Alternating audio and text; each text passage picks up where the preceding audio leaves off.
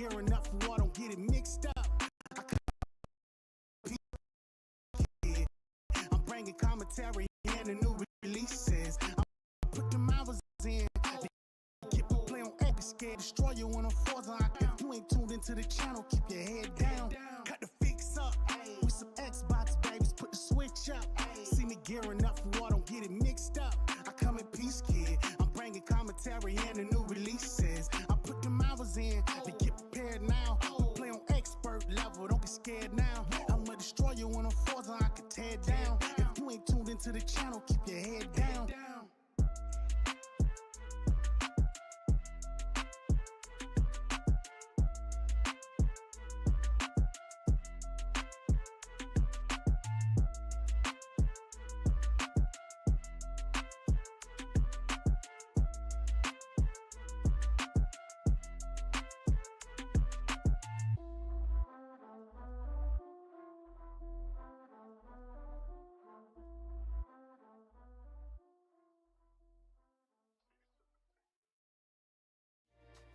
Welcome to The Fix. You're joined here by myself and my co-star, Daniel J. McGee.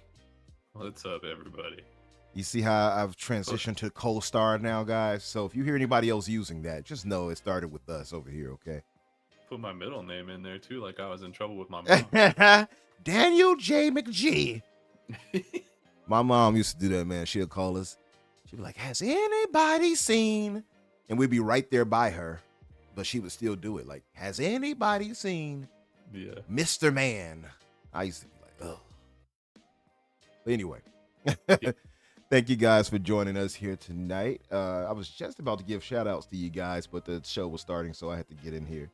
So I'll just chat this. Welcome, everyone. I see you guys out there. I see Erican. Thank you for being here. It's the first. Erican is the first. Thanks for being here, brother. Gray.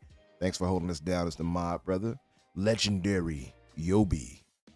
Thank you, brother, for being here. I'm sure there's others that are not chatting just yet, and I'm sure there's a few to join us soon. So, again, thank you all for being here. It's getting crazier and crazier, I would say, lately, to make sure that we have a really viable stream. And what I mean by that is concurrent viewers and things of that nature, because again, shout out to our content creating brothers. There are a lot of people out here doing their thing around the same time as we do, so it's become really competitive, and it's no shade to anybody. It's understandable. It is what it is. What's up, Red Wolf?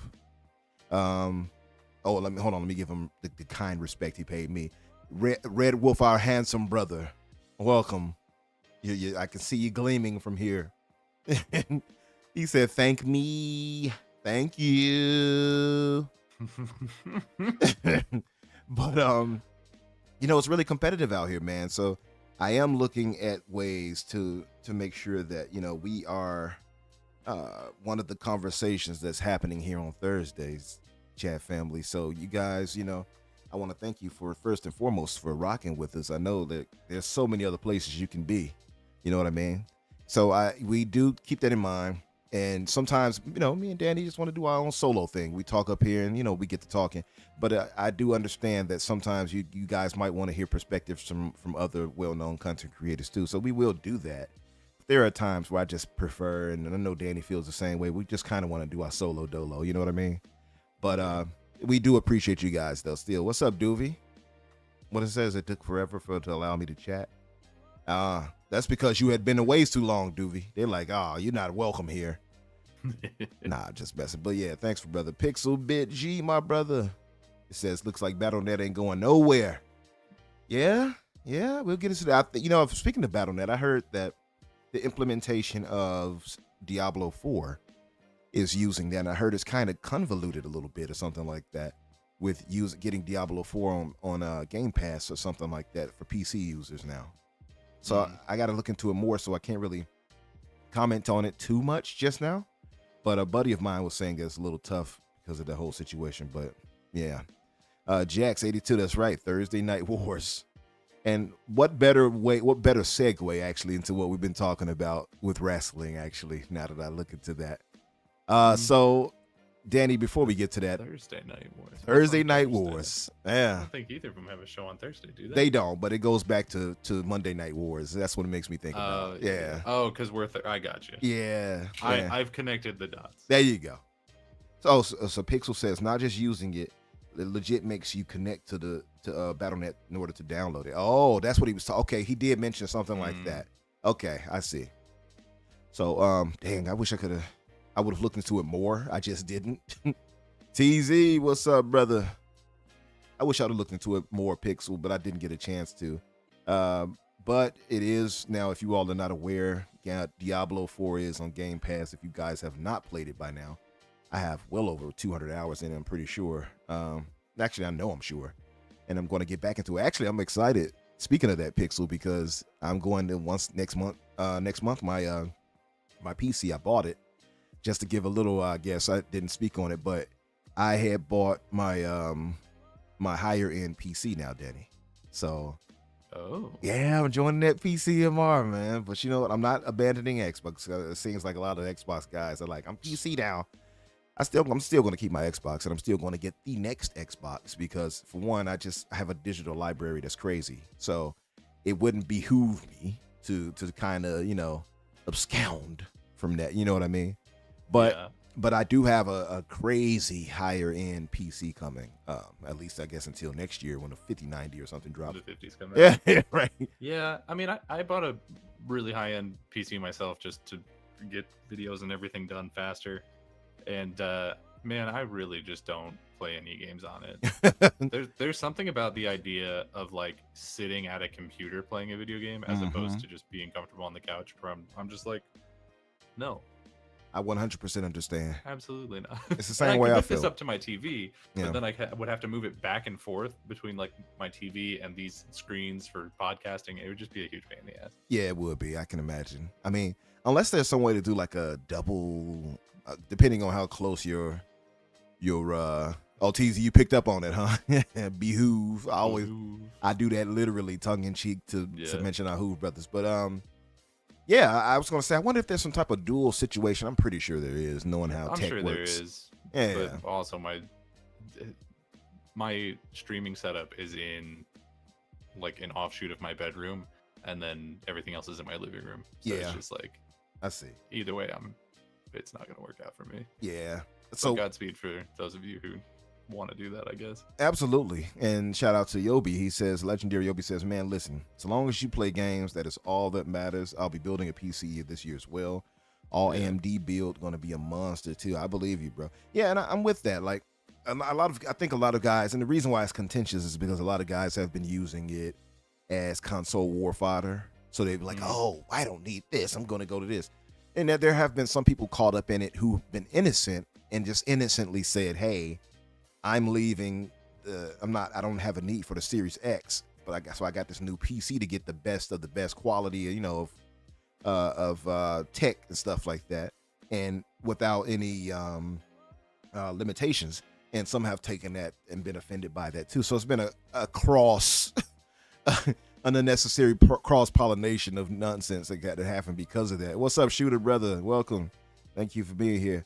But now I got the 4080 Super pre-built. A lot of people are like, oh, I built my PC. I'm not building nothing yet. Yeah, absolutely not. I'll leave that to the professionals. Exactly. Oh, you didn't. Or the people who want to think that they're professionals and then end up wasting a bunch of money breaking their own pieces. Yeah, exactly. I don't have time for that. I don't have enough expenses to be bricking $1,000 pieces and then be like, oh, okay, I'll just buy this next heat sink or something. No, I don't have time for that. Just make the thing for me, make it well. And I'm good with that. I'm Gucci. And now I know it's more expensive to get the pre-built sometimes because of that. Like not even that much. To me, I don't think it's enough. Yeah, personally. Yeah, well, because I got mine through Best Buy, and if I had bought all the pieces independently, I would have saved like maybe $100, but it would have been it's worth the $100 to me. Mm-hmm. The just convenience. Not have to deal with it. I agree 100%. Plus, with the added bonus of like, hey, if this shows up and it doesn't work exactly the way I want it to, I can send it back and they will just send me a new one. That is the beauty of that too. Now I'm with you on 100% on that. Just to give a little light to what my PC is going to be looking like. Apparently, this is all the hotness right now. The the Leanne Lee. I got the Leanne Lee Prism case, the ATX mid tower. I have let me get to some of the specs. So for my specs, I have and this is for the PC heads that probably understand this language, but I have the Z790 DDR5 with Wi-Fi motherboard included. I have 64 gigabytes of RAM, DDR5. I have of course the 4080 Super, 16 gigabyte GDDR6X video card. I have the 1000 power supply watt battery. I have 4 terabytes of PCIe NVMe. Boy, it's gonna start sounding like we talking about the LGBT community, where they add all these letters and stuff to when we talk about something. I'm part of the LGBTQATH. You know, it's like the RGB, right? CMY. Exactly. You know, PCVMI, NVMe. It starts to sound crazy after a minute. You start listening on, and some people who are super computer geeks, I'll be like, "Yeah, I have the such and such." I'll be like, "I don't know what language you're speaking," but that is the voice they all have too. Yeah, exactly. I even my PC is the best. But no, but seriously, yeah, I'm gonna get that, man. But I feel like this is what I'm gonna do. I'm gonna keep the PC I have now, podcasting and content, and that one I'm gonna hook directly to the OLED. So I'm interested in seeing that. But I'm going to mix it. I'm going to mix and match because I'm going to play between the Xbox and that when needed. That's going to really be for games that I want to get the best of the best, right? For instance, we have Dragon's Dogma having tons of issues as far as... does it not run well? It doesn't run well. And even on PC, it doesn't run well. So it's terrible all across the board. But it's because of CPU heavy. So I made sure to get the higher end CPU, Yobi. For instance, I have it's not, what is it? The i9. I have the i9, the Intel, I believe, i9 14700, I think it is. Sure. So it's the highest end one so far right now. I'm sure by next year it'll be obsolete, but that's how that shit works. Yeah, right. That's the racket. That's the way it works. So, but for now, that's what I got. So I can kind of force it into making sure that it maintains, a consistent 60 or more. I can do much more than 60 actually with the build I have. Yeah. But so that's as long as you don't become one of those guys that like has to upgrade your pieces like every 6 months or whatever. I have a friend who's like that, and I'm like, dude, you are blowing so much money on parts that are not being supported. It's a waste. Yeah, and then speaking of which, if you buy the newest shit the second it comes out, there'll be like a couple of games that use it kind of, but most games are targeting to the smaller, like weaker computers. True. It doesn't make any sense to be like, oh well, this game's gonna be, only able to be run on these really high-end PCs, because then you cut out 90% of your market. So so having it like, even when you have like the highest end, best of the best PC, it's like the game is still being limited by whatever the commonplace is. Like you might get more frames and like a higher resolution, maybe a little bit more consistency, but the game's going to be what the game is, and it's not going to be what the game could be if it was made for those parts. Well, like I get that, like there is scaling, right? Like people will tell you about the scaling of the platform, not the platform, but the build. So you'll get more out of the higher ends, of course, and things like that, of ray tracing, all the types of things. Yeah. So I get that too. I the whole technical side of it, I am largely lost on that. I'm trying to learn more, but what it is for me is that I just want performance. You know what I mean? Even if it's a matter of, ray tracing, I don't care about all of that so long as I can get proper 60 frames per second consistently. You know what I mean? And high-end visuals. I don't even necessarily need 60 frames. The thing that I need the most is stability. Like if it's at 30 but it's a locked 30, I'm fine. If it's at 60 but half the time it's at 45, it can eat my balls. No, I get it. And see, frankly, I'm with you there. I guess I can see that too. But like the build I have should have consistency. So I agree with you there. So that's a good thing too. But Pixel, by the way, says you can stream your PC to your TV. So you just get a handheld or a Steam box. Ew. Yeah. But so LCC Yobi says once he builds his, he won't have to upgrade until 2028, 2030. Good. Yeah, you That's how go. it's supposed to be. There's some crazy people who they're like, "Oh, new thing just dropped. I'm gonna go buy the new thing immediately." And Yeah. I'll save like $400 because I'm gonna trade in my old one. And it's like, "Oh, okay. So you're only spending 600. Great, awesome." Gray says, Umbra, now I'm saying, now kiss my ass, plebes. It's true. It's only a matter of time. It's only a matter of time. And That's how they Shooter, get you. Shooter says, wait till Umbra starts complaining about driver updates, eating problems. Joking, mate. I just love building my own. No, I'm with you, Shooter. I feel like that's going to be the thing that annoys me the most. And I've experienced that, for instance, dealing with the ROG Ally. And some of the guys can tell you, Pixel and other guys can tell you, I'm like, oh, how do I do this? Because now it's saying I need to install this over here. Yeah. That is not my forte. I'm going to tell you right now. That's what has always held me off on PC, because it's like I got to learn all of this other stuff. I think I'm Drivers. just not Yeah. willing to put that much effort into recreation. Mhm. You know what I mean? Same. Like, 100% I just got the back same. from work. I'm not putting in another shift trying to get this thing to run at 5 frames better over here. Like it's not worth it to me. That's how I feel. And that's why I felt like, let me get a higher end thing so I don't have to do all this nonsense. Yeah. Get straight to the gaming. And you know what I mean? Yeah. That's what I want. 100%. So hopefully this is that, and we'll see. I'll let you guys know the progress once I get it next month and get to it. And that's why I held off Dragon's Dogma, which what we were speaking on. Man. I wanted to wait until I got my PC. Either. Yeah, so is that what you've been up to mostly this week though? Is just making your PC? but mostly buying that and other things that I just had delivered actually today, other components and things for it, like the device to allow for the dongle to allows for wireless controllers and stuff like that. I got that. I got the one for wireless mics or headphones and stuff. I dongle to put in there, and I bought also that Hargeet hooked me up with. This is called the I think the Re-X8. It's like a controller looking keyboard and like trackpad, so you can digitally connect that to your, not digitally, but you can Bluetooth connect that to your PC and use it as the mouse and keyboard without having to actually physically, have a large keyboard and everything else, or a keyboard in general. It's very minuscule and small. Actually, let me see if I can find an image of it and I'll show you guys exactly what I'm talking about. Let me see. Okay. Let me. Where is it? All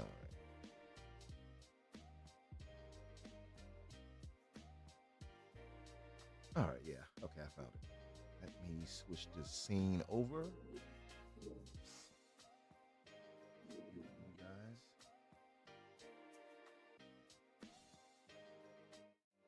There we go. That's it.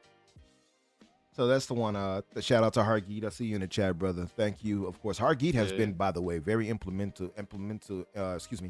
Very implemental. Him.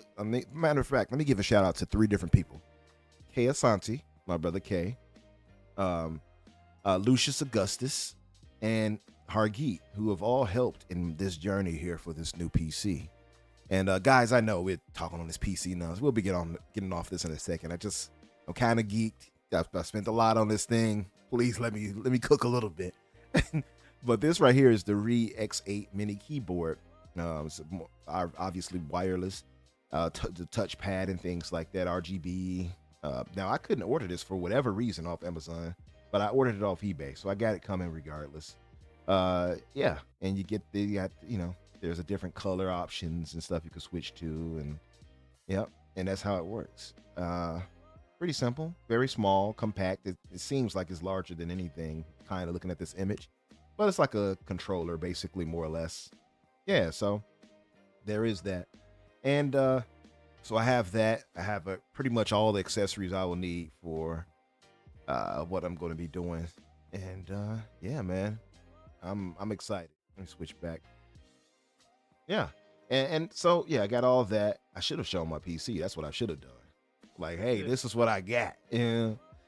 But, yeah, shout out to those 3 guys. And Hargeet, like he says, he has a 4090.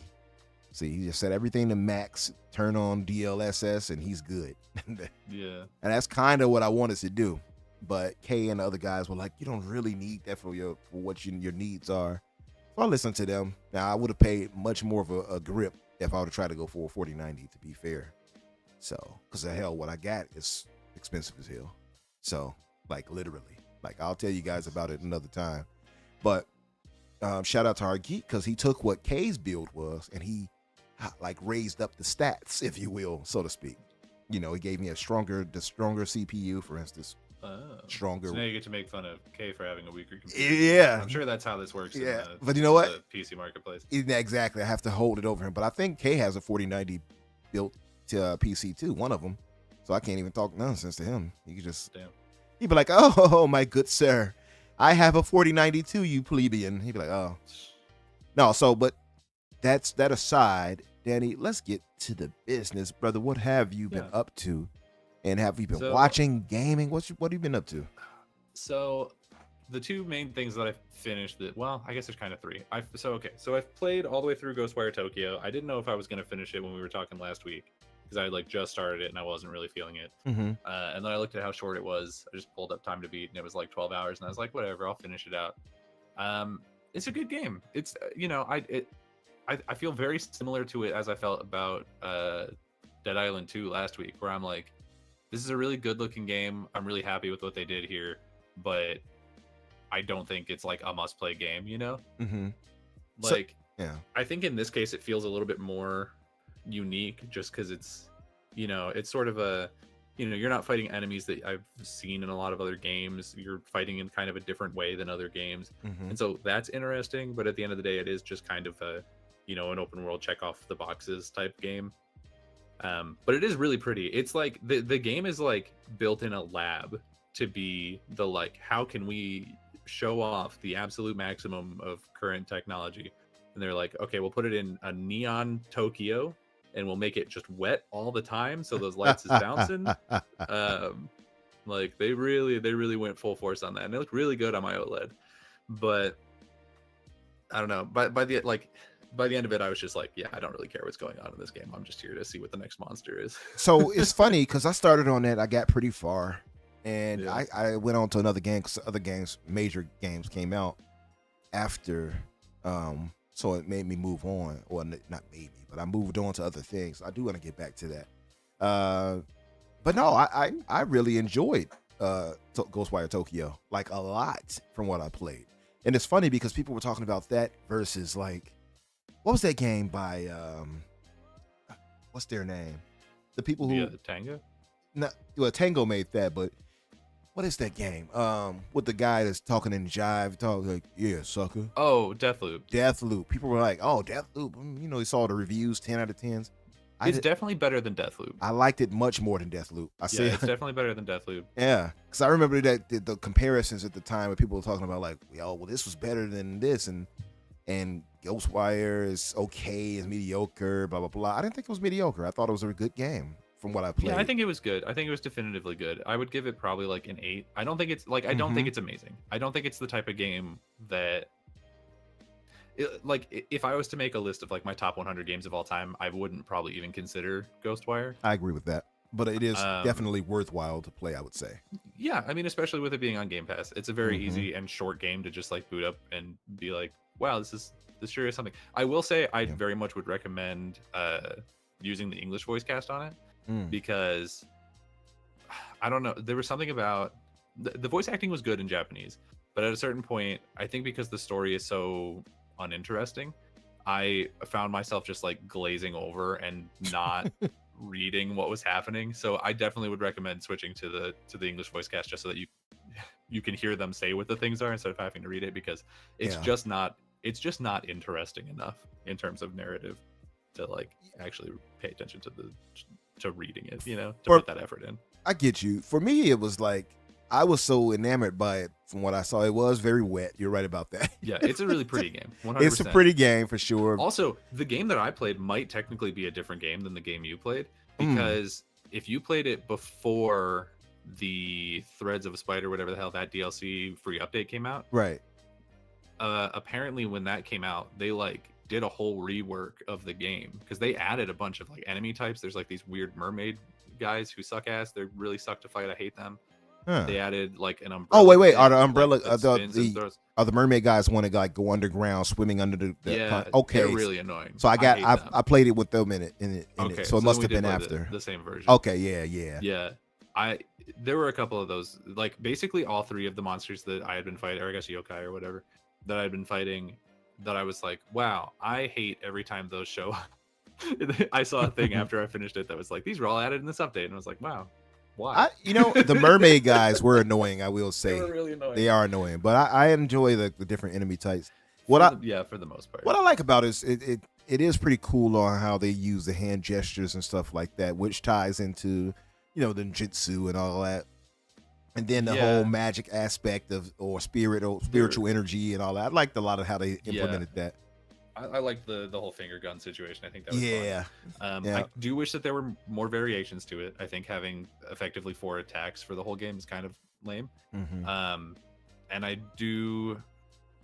There were other, not the combat itself, but like Traversal.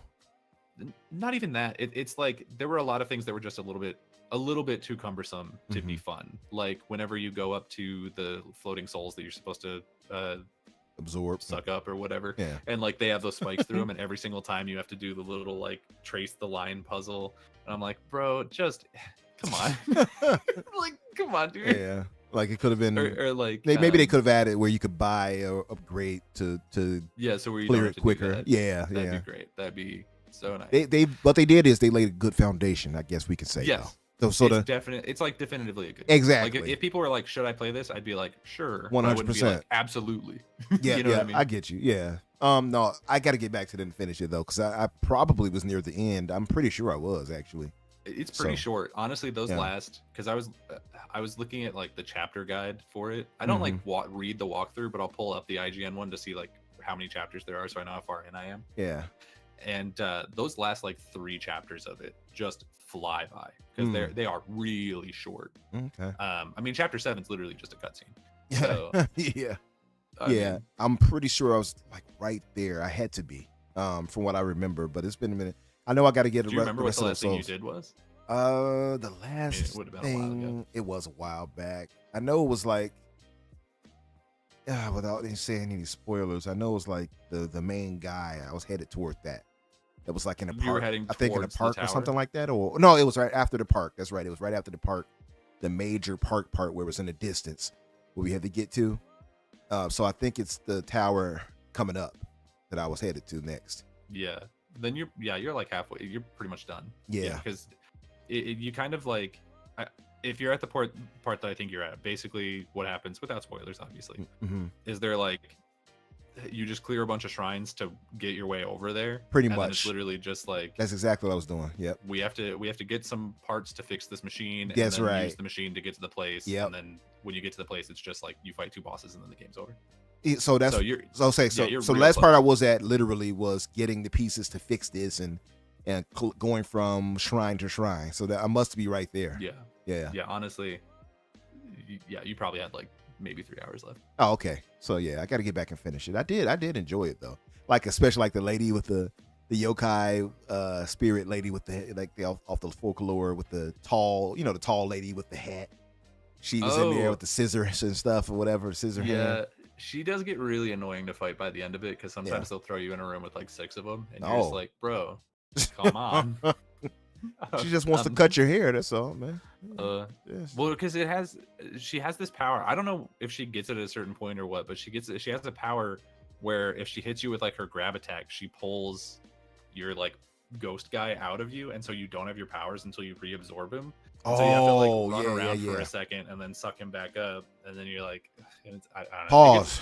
You gotta absorb him. I meant what I said. You gotta suck that, dude. If you want superpowers, you'll suck it. Yeah. No, I know what you're talking about. Because there was a section where nobody clipped it. Nobody clipped that. Send that to people. That was the part that I forgot where, but I came across and she did just that. I know what you're talking about. That attack. Yeah. But hey, shout out to Timmy. What's up, Timmy Jr.? What's up, Risket? What's up, brother? Risket for the biscuit. Yeah.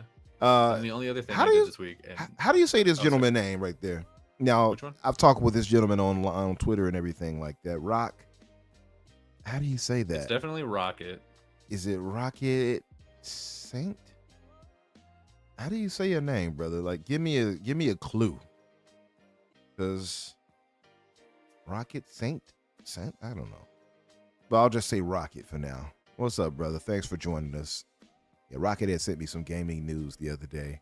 Nice. I appreciate that. And if any of you guys want to share some gaming stuff with me, you know my DMs are open. Hit a brother up. Sure. Yeah, Hargeet, shout out, brother. I saw you already, of course, but Rocket scientist. Rocket Scientist, is that what it is? That's what Hargeet says. I could see that. I see it a little bit. Rocket Scientist. It looked more like Rocket Scientist. It's like SYNT. All right, Scientist. Rocket Scientist. It's like the Vanity license plate version. Yeah. Well, it took a rocket scientist to figure that out. Rocket science. No, I'm joking.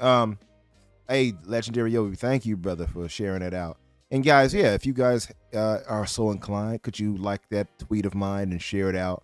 And I appreciate that. Thank you, Yobi. Are you playing Suicide Squad? Okay. Now, see, there's some issues I had with Suicide Squad, Yobi, but I'll save that for another time. I haven't touched it. I don't know if I will. Yeah. I'm scared of it. I'm waiting, man, until it goes to like dirt cheap. Because Super sale or like Game Pass or something like that, or even on Steam I might do it, but I can't justify paying more than like $30 for that, because from what I played of it, I did not like it. But that's just me, you know. Not everybody has to like what I like, so I'm glad glad you're enjoying it, Yobi. And there are others out there who are loving it, so don't, you know, that's just me, you know what I mean. And other people, like I think Hargeet and yourself, didn't care for it either, Danny. But I haven't touched it. So yeah. Oh, okay. I just based on the trailers, I'm like, I don't think this is for me. I see. This is not what I wanted from this franchise. Yeah, that's the same. Oh, Rocket Scientist, he says he got that from back in the day with the Unreal Tournament 99 when he was restricted. His character. I see. Yeah. All right. Makes sense. Yeah, I didn't play Unreal Tournament until 2004, so. I never really cared for Unreal Tournament. Too fast. Really? It's fun. Too fast for me like that. I couldn't really get into it. It's like playing Call of Duty for me now. Like, I feel like I need some type of drug to speed me up, because I don't know how else to explain it.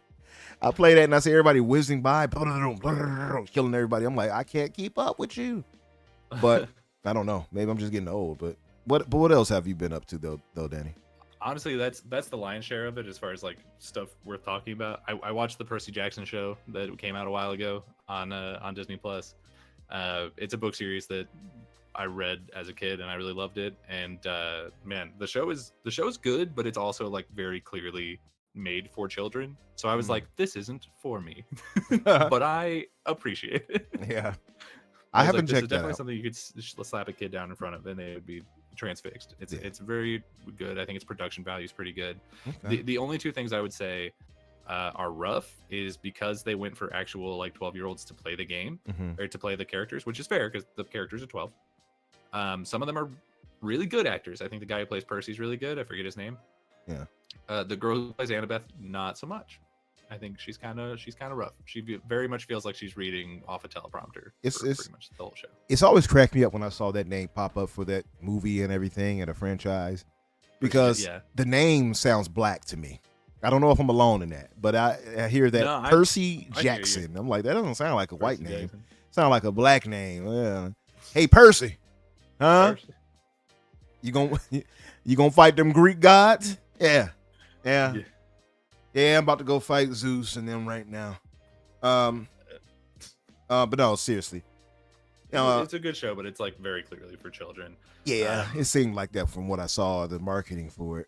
Not really my bag. But... And then I've just been keeping up with the new season of Survivor. The one from last night was wild. Do they still have old boy hosting it? Was it Jeff? Probst? Yeah, Jeff Probst. 100%. Yeah, wow. Jeff Probst until he's good and ready. He's like a big been producer on there for a minute. Basically, like it's like his show. It's got to be at this point, right? Because he's been on there 20 years. It's got to be about 15, 20 years. Was in 2000. So. Yeah, man. I remember. I told you I watched the first season. Me and my girls at the time. Quit at one point, from what I understand, I think it was like right after Gabon, because Gabon was a nightmare for them to film because all the people who were in it were psychopaths. Yeah. But he like almost quit at that point, and then they were like, "Wait, please stay," and also because you're literally the probably the best part of the show. Can you maybe also be like a producer or something on the show? And so he's actually the guy at this point who like comes up with a lot of the stuff for it. Okay, cool. And the show honestly has significantly improved since he did that. That's good. So yeah, Jeff. I like Jeff. From what I remember, I liked him a lot. So He's a lot of fun. Yeah, especially seems like a seasons good dude. where he gets like really sassy. I'm He gets sassy. I'm rewatching. God, what season is that? Right after South Pacific. It's Balls. I don't remember the name of the heard season that I'm version. currently watching. It's a ball season. Okay. Well, I should remember because I'm literally watching it right now, but I just got like 2 episodes in, and he has been just on a tear with some. Oh, One World. Okay, so One World, the twist is that both of the tribes live on the same camp. They live on the same beach, basically. Yeah. And they're separated by men and women, and some of them say some real dumb stuff, and he calls them out on it every single time, and it is the funniest thing. I love a sassy Jeff. It is the best. Yeah. So I've been watching that, and then I've been watching wrestling, which I hear Yes, you've been watching some wrestling as well. Yes, sir. I have been watching that. Raw Final Boss. Yeah, it's crazy because we're at a point right now going into WrestleMania where like this is the best build for WrestleMania we've had in literally a decade. It's had to been a while. Had to be a while. And it's one of those things where they're either going to stick the landing or they're going to crap the bed so hard. Yeah. And it's really curious because there's parts of the story that are amazing, and then there's parts of the story where I'm like, I don't know how I feel about this. Yeah. And I don't know how to like parse that in my brain and in my heart, because on one hand it's like this is the coolest thing that WWE has done in a really long time. Yeah. And on another part it's like it is kind of weird that The Rock showed up, is now technically running the company, and also he's put himself in the main event. He's put himself in the main event. It does kind of That's feel kind of like weird. that, right? I don't know how to feel about that, but like also it's gonna be a really good match. So Listen, I don't know. I am of the mind. This is where I'm at with it. Exactly, Yeah. Eric. Look at you now. Look at you now, boy. And exactly. So this is where I'm at with it. I'm an old school wrestling fan. Mostly the Attitude Era is my era. I went to ton of those shows. I used to draw art for it. I used to draw The Rock. I'm a pretty good artist, by the way. Haven't really flexed my muscles in a while, but I used to draw like The Rock on posters, and it looked pretty damn good. And it was like, finally, The Rock has come back to Chicago. I had all of that on the posters. Like, trust me when I say I was in it. I haven't been on it as much lately until now. Have you been watching the episodes or just like clips? I've been watching largely clips, but I have now. It's moved me into actual. This has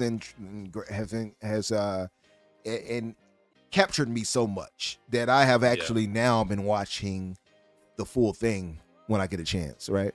So just Raw or Raw SmackDown? Or both. Raw SmackDown and NXT. Just Raw and SmackDown. I'll see NXT clips here and there though, like with, honestly, Trick Williams. Look, there's some cool stuff happening in NXT, but for the most part, it is not worth the time. Yeah, 100%. they've got a ways to go for sure. It's their developmental brand. It's where they put people to like train them. So it's with Shawn Michaels, right? Yeah, Shawn Michaels is running it. And he's doing a decent job, I would say. Well, Shawn is a legend, so I already know he's great. He's going to get him right as far as wrestling part, but it's the story part that's the bothersome. Exactly. There's some really awkward stuff going on there, but it's fine. From what I saw, I agree with you. And like for instance, I hate to say it like this, and I like him because he has great music behind him. He's just got to step up his acting, and I hate to say it that way, but Trick Williams, for instance. Trick. But his acting is kind of subpar. I don't disagree. But he is really good in the ring. I think he is solid in the ring. Yeah. Trick is probably like, in my opinion, maybe the only reason to watch NXT. That's from what I've seen. I agree. I know that at a point they used to have obviously Rhea, but she's moved up into superstardom. Oh yeah, well pretty much everybody who's in base WWE right now started in NXT. Like Seth and Roman were in NXT guys. EO was from NXT. I think Gunther came through NXT. I'm not sure on that. Finn Balor did. Asuka definitely did. She was undefeated in NXT. Like pretty much everybody who's like a main roster guy right now came through NXT. Yeah, Yeah. Yeah. Erican says the last time it was that good in NXT was good was when Owens was there. Yeah, NXT was really good for a little while there when Vince McMahon and the company, the people who did a really awful job, didn't pay any attention to it and just let Triple H do whatever he wanted. And at that point, because also the roster of NXT at that point was amazing. They've lost most of those people now because, quite frankly, the rest of the corporation scared them away by being just really awful to them. Yeah. But they had like Adam Cole and Gargano and Ciampa, and they were doing really amazing things with them. So yeah, Okay. but they called it the black and gold era of NXT. That's the best. That is the best era of NXT. Okay. 100%. Yobi says, I don't know if you saw the tease Monday. I did, Yobi, by the way. In the NXT back. UK, that's right. Yeah, and he said in the background they showed Cena and Austin on the 18-wheeler. I saw that. He says, when that glass breaks at WrestleMania, I'm going to lose my shit. Brother, let me tell you something. Now, when he said, look at your heroes, and then it showed them, I felt that was purposeful. A lot of this has felt really purposeful. For instance, The Rock, when they throw up the hands with the bloodline, but his is the L. Mm-hmm. A lot of this seems purposeful. When they had the whole Rock was doing this, and I'm sure they changed it last second from being Rock and Roman to Cody, but they played it so masterfully. Nobody should have a problem with how they're doing it now. And a lot of it seems real purposeful nowadays. And that's the thing we were talking about in the green room before we went live. I was saying, I love this past Monday Night Raw. By the way, yeah, Raw was really good this week. Shout out to Chicago, by the way, and to our suburb, really, for Rosemont. I hate Chicago. Hey now. The worst town. They always think they're the best at everything, and they've never been good at anything since I like mean, the Bulls. Listen, Michael Jordan and the Bulls, they haven't been good at anything. It's just the aura we have. It's just the greatness aura. It's just we call that the funk outside of Chicago. But well, listen, it was called Illinois. It's called Illinois because of the funky onion, the smelly onion, right? So because it makes you ill. That's what it is. The those outside of it can't really, it can't get with it. It's an acquired taste. Risky says the weird obsession that wrestling with Americans have is odd. No, it's not.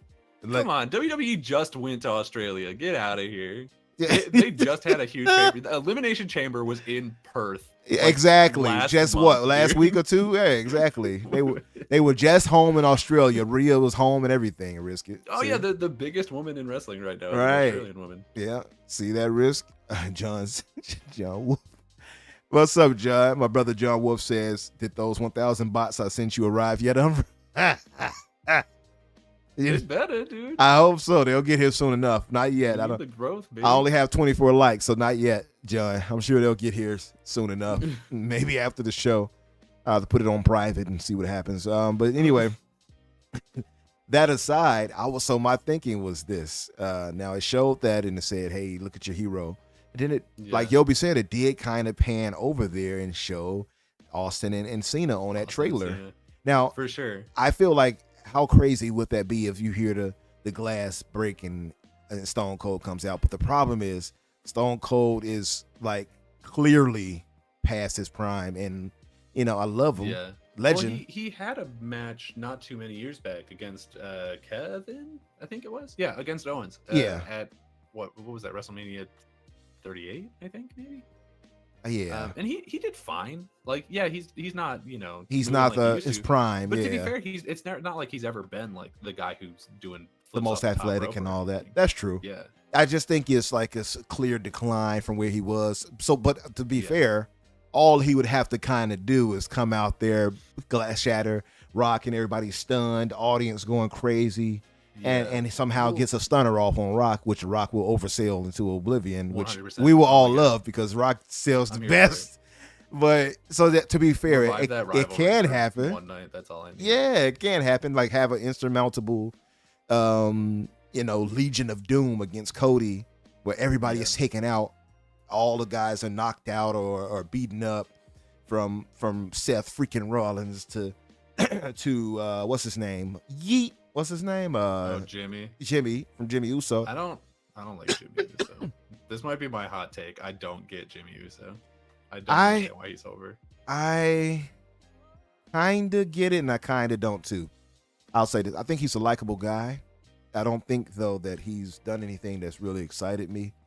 because I listen to him sometimes and I'm like, you are way too hyped for the promo of what you're talking about. You'd be like, yeah, some oos.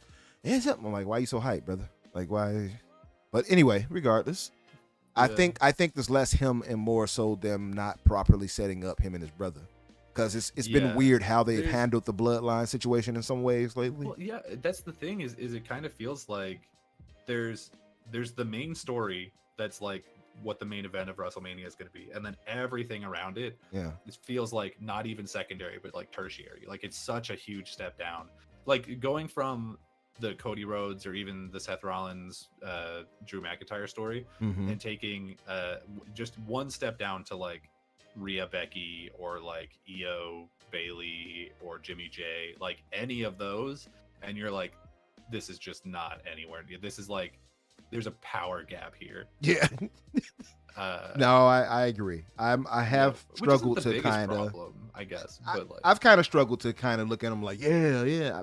I'll be honest, he hasn't really like had me hyped either, but I can see like people like him. It is what it is. He's a charismatic guy. He's funny. He gets people hyped. So it is what it is. It's just not for me necessarily. Yeah. But I'll say this too, and it's kind of annoyed me. And I guess it's because I come from the Attitude Era, and wrestling was just different. Like moves, finishers meant something then. I don't think they mean as much now, because now I see everybody doing super kicks, and I'm like, so everybody's just doing Shawn Michaels kick now? That annoys me. I won't lie to you. The finishers have to be more than a super kick this day. Like people who the finisher is a super kick, they just like don't get over anymore because the super kick. It's the escalation of technology. Like the super kick just isn't a thing anymore. So I get the whole power creep idea, right? But it meant something if Shawn Michaels right now was to do it, it would still mean something. For sure. You see what I mean? Because a sweet chin music is different than a super kick. Yeah, but it's still a super kick, right? It's a variation of it. But it's just the over saturation of it, I think, is what dwindled it down. That's the problem. Yeah. Then you got everybody doing like 18 super finishers and it's not knocking somebody out. It's like, no, get knocked out. You're supposed to be done now. Like you just did a super power bomb on you and then rolled you over and now you're standing back up like nothing happened. Like, no, that's where I align with Cornette when he talks about it. I'm 100% in alignment with him there. That when you do a finisher, that's be not done. A sentence you want to say too often about Cornette, but I don't think you're necessarily wrong there. Yeah. But yeah, no, there's not a ton of finishers that are like super protected anymore. The only one that I can think of off the top of my head is Ospreay's Blade Runner is pretty heavily protected. I think only like 2 people have ever kicked out of that. Okay. And then Kenny Omega's One Winged Angel, no one kicks out of that. Literally never.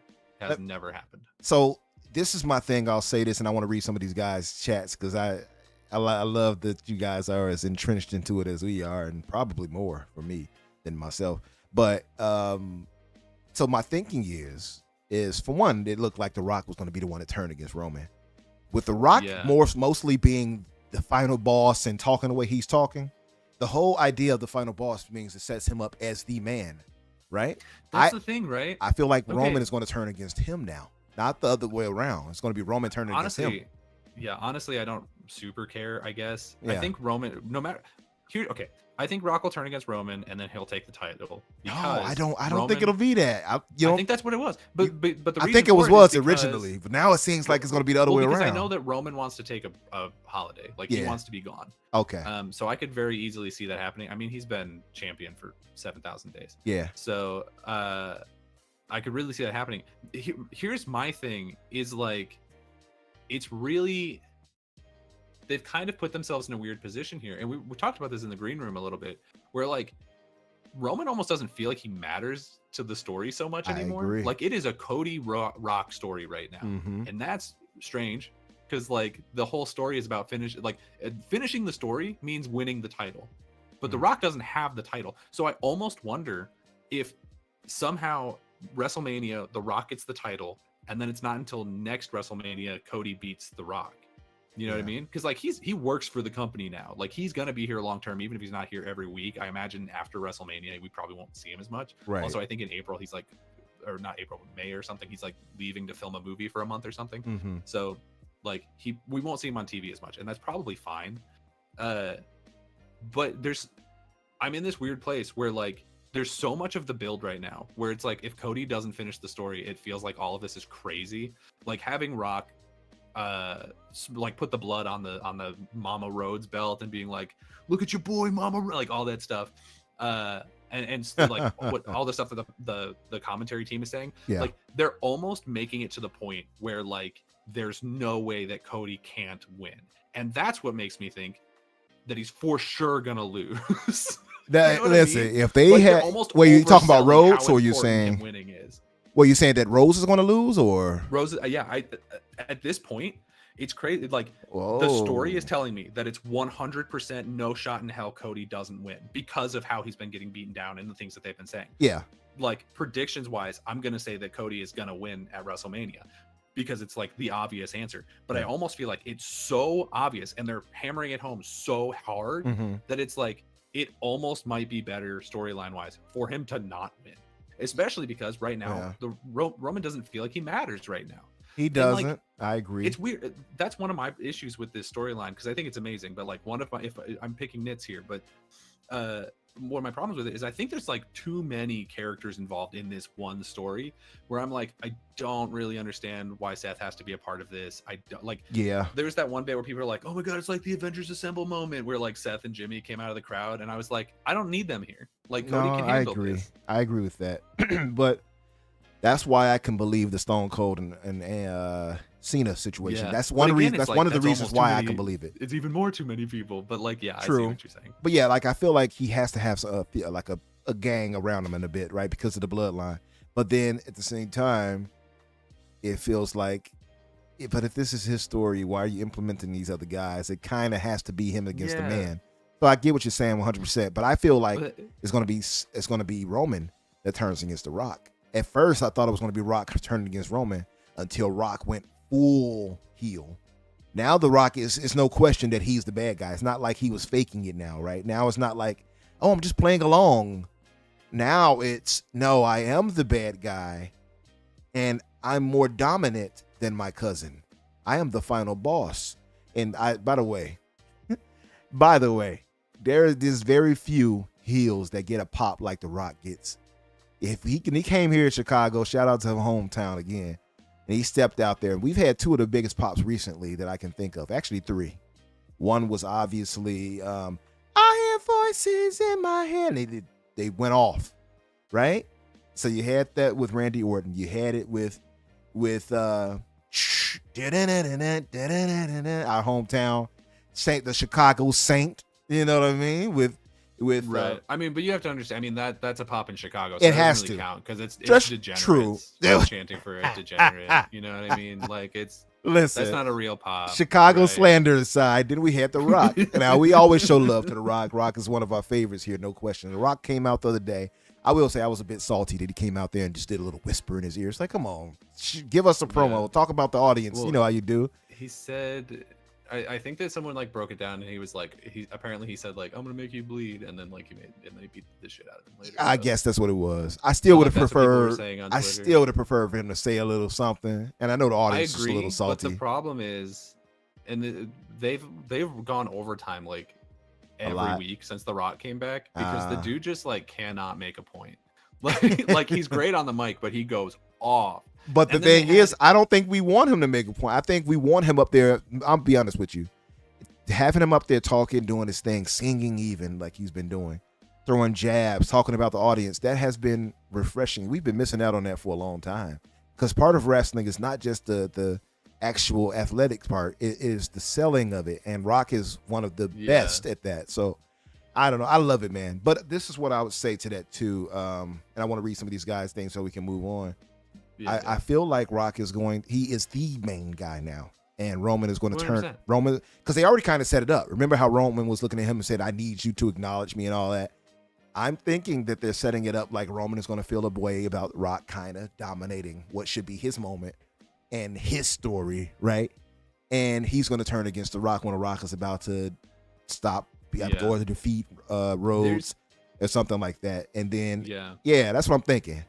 There's definitely a part of this that feels like kind of a weird ending for Roman's now legendary title run. Like if he just loses it, like if he loses it in this angle, where it where it honestly doesn't feel like it's about him. Yeah. Like that's, I don't know, that feels weird. That's and fair. like it's fine because he's held it for 7,100 million years, but like also if it's gonna be that legendary of a title run, I feel like it should end in a storyline that he matters to. Yeah. You know? Yeah. So I don't So know. let me read some of these. Erican says Rhea's outfit in Australia was fantastic. Absolutely, Erican. By the way, her new hairstyle and Always outstanding. She's her latest hairstyle and everything. Like oh that. yeah, growing I'm her like, hair back out was a really good choice. When she cut Great it really choice. short and had it slicked back, I was not. I didn't like I that was much not either. vibing. Looked a little too Yeah. tough because her chin. She got a very strong chin line. So she kind of has a moon face, if you will.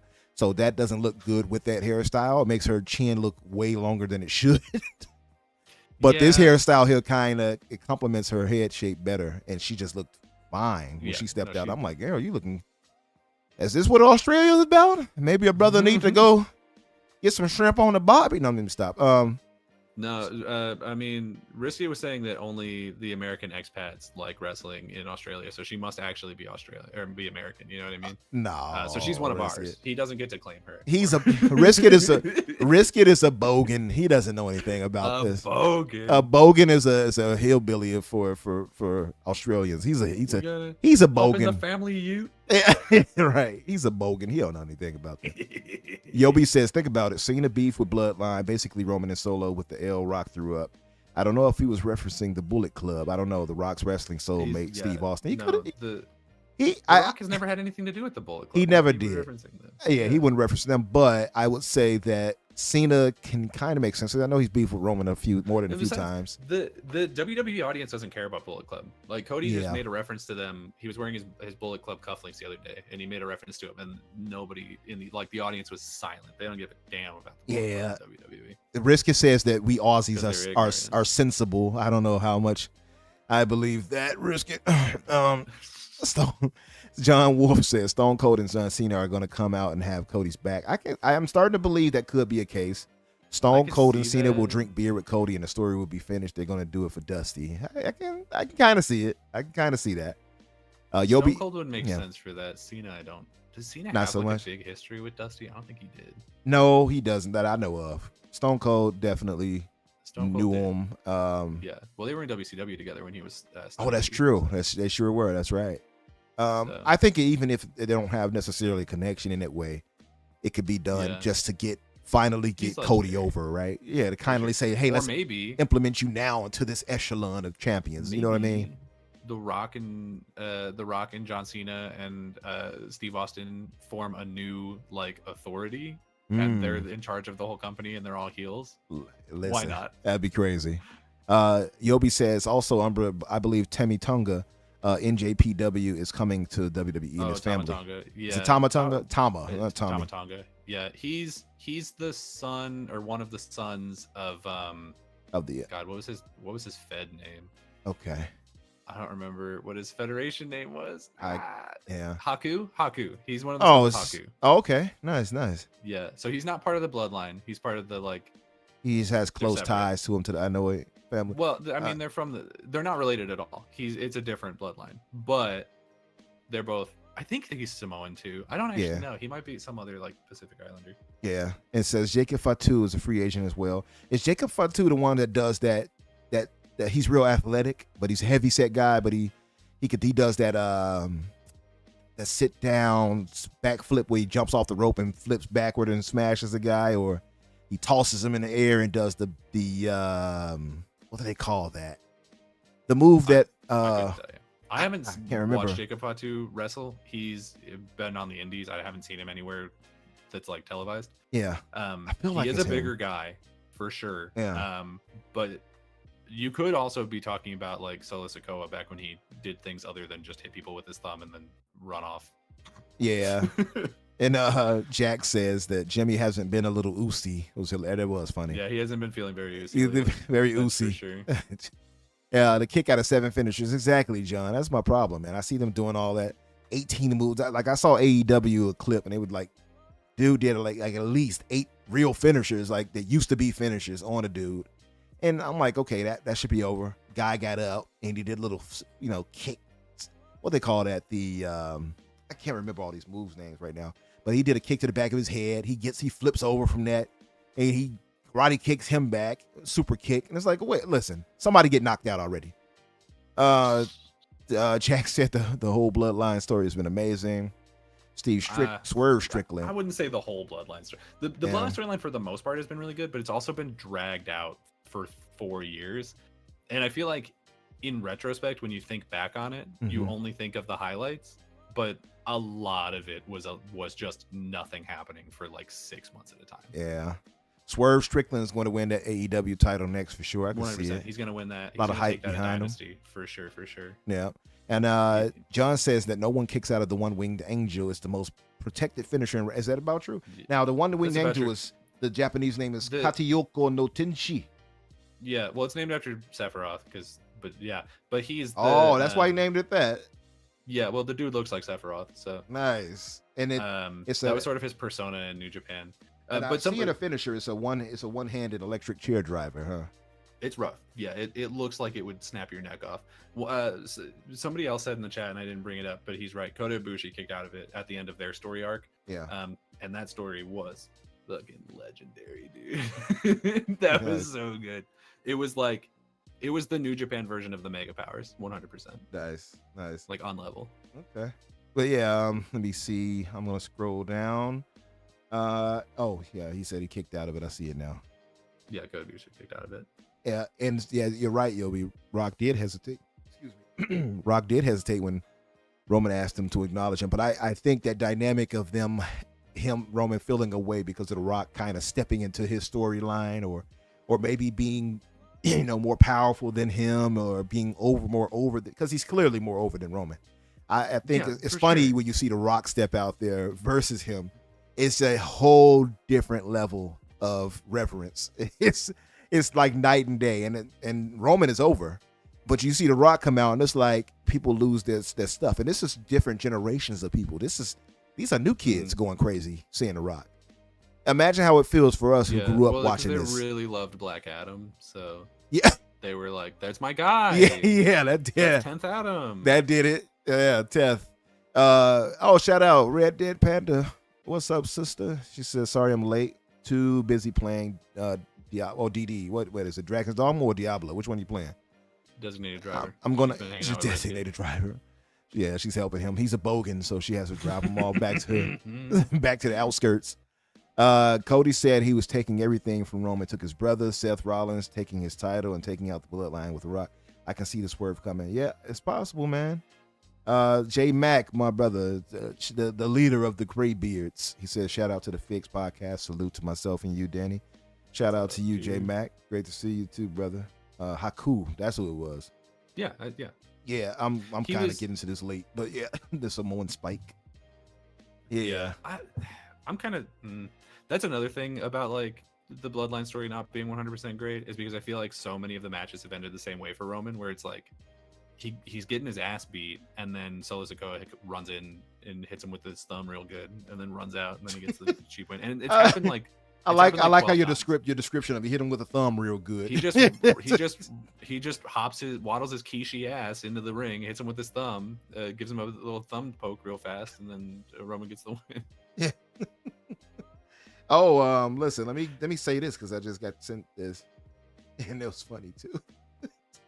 Shout out to my brother J Mac, who just hit me up in the DM. He had this is very generous of our brother here, and this is what I love about this community, by the way. From Santa Hargeet, as Shooter calls him, to people like J Mac, who will, and Yobi, of course, you guys who donate and just do what you do. It's not even a thing like you'll never hear us like, hey, send us something, right? But when you do, it means the world. So J Mac just sent this. He actually won this. He won a $25 gift card, and he's donating it here live so I can give it to somebody in the chat. Now, isn't that generous? He didn't have to do that. He could be using this to get him some games right now or something. You know what I mean? So he said he wanted Off Boom show, and he wanted to share it out to you guys. So shout out and a big thank you to our brother J Mac. Yeah, guys, give him a round of applause in the chat. And I guess I'll say that toward the end, and I can I'll post it in the chat, and somebody can claim it or something like that. This is the part that made me laugh. He said he sent it to me so I can freak off, pause, no diddy in the chat. Salute, good brother. Salute to you, J-Back. Thank you, brother. That's really, really appreciate that, and really nice of you. Didn't have to do that. Yeah. So that's you know what, we've been talking about this stuff for a minute, and Yeah. we do have to get to the We actual should probably stuff. talk about video games at some point. I Yeah, guess. yeah. Let's get to the games. Not that much happened in video games this week, though. To be fair. Yeah. Honestly, like we can pretty much just sprint through the roundup right now if you want. It's like Let's do that. Very, Yeah. very little of this is gonna have anything worth saying. Yeah. Here's a quick little rundown on the layoffs from this week. Certain Affinity laid off 25 people, and Sega laid off 240 people in Europe. So that's another almost 300 people laid off this week. Sheesh. Sega also dropped Relic Games. They went independent. This is, of course, the team that made Impossible Creatures. That's one just for me. No one else is going to remember that game. Also, the Warhammer Dawn of War series, the first Warhammer 40k Space Marine, Company of Heroes, and Age of Empires 4. They're primarily an RTS company. Mm-hmm. They're going independent. I think maybe because of their attachment to Age of Empires 4, there's a chance that they end up partnering with Microsoft for like a second party thing or whatever. I could see that. I don't know. I think the future is looking maybe a little rocky for them. So that's the bit for sure. Hearts and prayers out to them. Yeah. Did you want to say anything about that, or just move on to the next one? That's pretty much the whole story. Yeah, it's like at a point, like we talk about it. It's like at a point we can keep saying it over and over, but it's gonna start to sound like weak platitudes and sympathies, right? Like, I mean, I'm glad that Relic is being given the opportunity to go independent, other than just getting closed down. Yeah. Because of the two Sega RTS companies, they're by far like the lesser. Because the other one being Creative Assembly, they do amazing work. They've done like the Total War series is probably the best thing in RTSs right now. But Creative Relic Assembly with Company of Heroes also does really good work. And I think they assisted on Age of Empires 4 because that was obviously, I would assume, mostly World's Edge. I think that's the title that pops up when you open the game first. So they maybe just were like a support role, and I could see them continuing to do that with them in the future, but I don't know if that would pay enough for them to like keep everyone employed. I don't know how big that team is. So I'm hoping it works out for them. I'm personally a huge fan of all kinds of strategy games. So I want to see those studios be successful. I just, with the landscape of how things are going, I'm pessimistic of their chances of success. I will say I'm also pessimistic of it. I want to be positive about it and optimistic, but it's shaky out here right now. But I will say the bigger, or at least the more positive side of it, is that it was only a limited number, I suppose, with Creative Assembly. Yeah. So there is that. Maybe they can rebound and bring those people back in. If it was 25 people, which for a small studio like them is a lot. True. But it's not like, what's their overall? Like, what is their total? Like, I don't know for sure. They called it a mass layoff in their own personal thing. I can check how many people work for them right now. Okay. Yeah. Uzi Vinny. Can we talk about I know we just got off the topic of wrestling. Yeah. But like, can we talk about how stupid Jimmy Uso's new theme is? What, the yeet? I don't know if you watched whenever they were when Jimmy and Jay were a tag team. Yeah. But they had this really awesome theme that was like down since day one ish, and it's been so good. Jimmy's theme after he left is literally, it's that same song, but they've changed the lyrics to like, I'm all alone now, I'm by myself, and it's like, dude, shut up. Yeah, Jay's new theme is way better. It's better. Yeah, it's really funny. Yeah. But to shout out to my brother Uso Vinny, he said that I'm sounding sleepy. It's just because I moved away from the mic a little bit, Vinny. So I was kind of like, blah blah blah. As I'm typing and looking at my phone to look up information or something like that, I'm kind of talking away from the mic. So it just sounded like that probably at that moment. But we were I was hyped a second ago talking about wrestling. So, but just to say, Abdel, my brother, shout out to you. Thanks for coming here. He says, just coming back from Mooch's show, the capping and doom and glooming was insane. I bet it was. No, I'm sorry. Listen, I don't know how you guys do it. I'm no shade to anybody. I just can't go to somebody who I feel like is disingenuous. Thank you, because I can't do it. I just can't do it. When I feel like somebody is only saying something because that's what their audience wants to hear, I don't care if it's positive. If you're just saying it to be positive, just to be positive, I don't want to hear that either. Be real. I want realness. I'm not going to put any names out there, but like, there's definitely been a lot of podcasts lately that I've dropped because I'm just like, either A, you have no idea what you're talking about, or Yeah. B, you know exactly what you're doing, and what you're doing is grinding for clicks with like hate Yeah. speech. Yeah. And I'm just like, I just can't. I don't have the time or energy for that right I'm now. with you. Same. Certain Affinity, by the way, as had at the top of the year had 250 employees. So 25 for them is a pretty sizable amount. It's like, what is that, like 20%? How much was it again? They had how many people? 2,500 or 250. Okay, so they only lost 25. That's that's 25. I mean, percentage wise, it's a lot. Yeah. But Only, yeah. 25. I mean, I don't want to say only 25 because like that's it sounds diminishing. Yeah, but still only 25. I mean, listen, that's our hearts, of course, goes out to those who lost jobs. I want them to rebound, but it sounds rough. But it's like silver lining. That's 225 people that still have a job. Yeah, when you're watching companies get just like absolutely nuked from orbit, seeing 25 is like, oh, okay.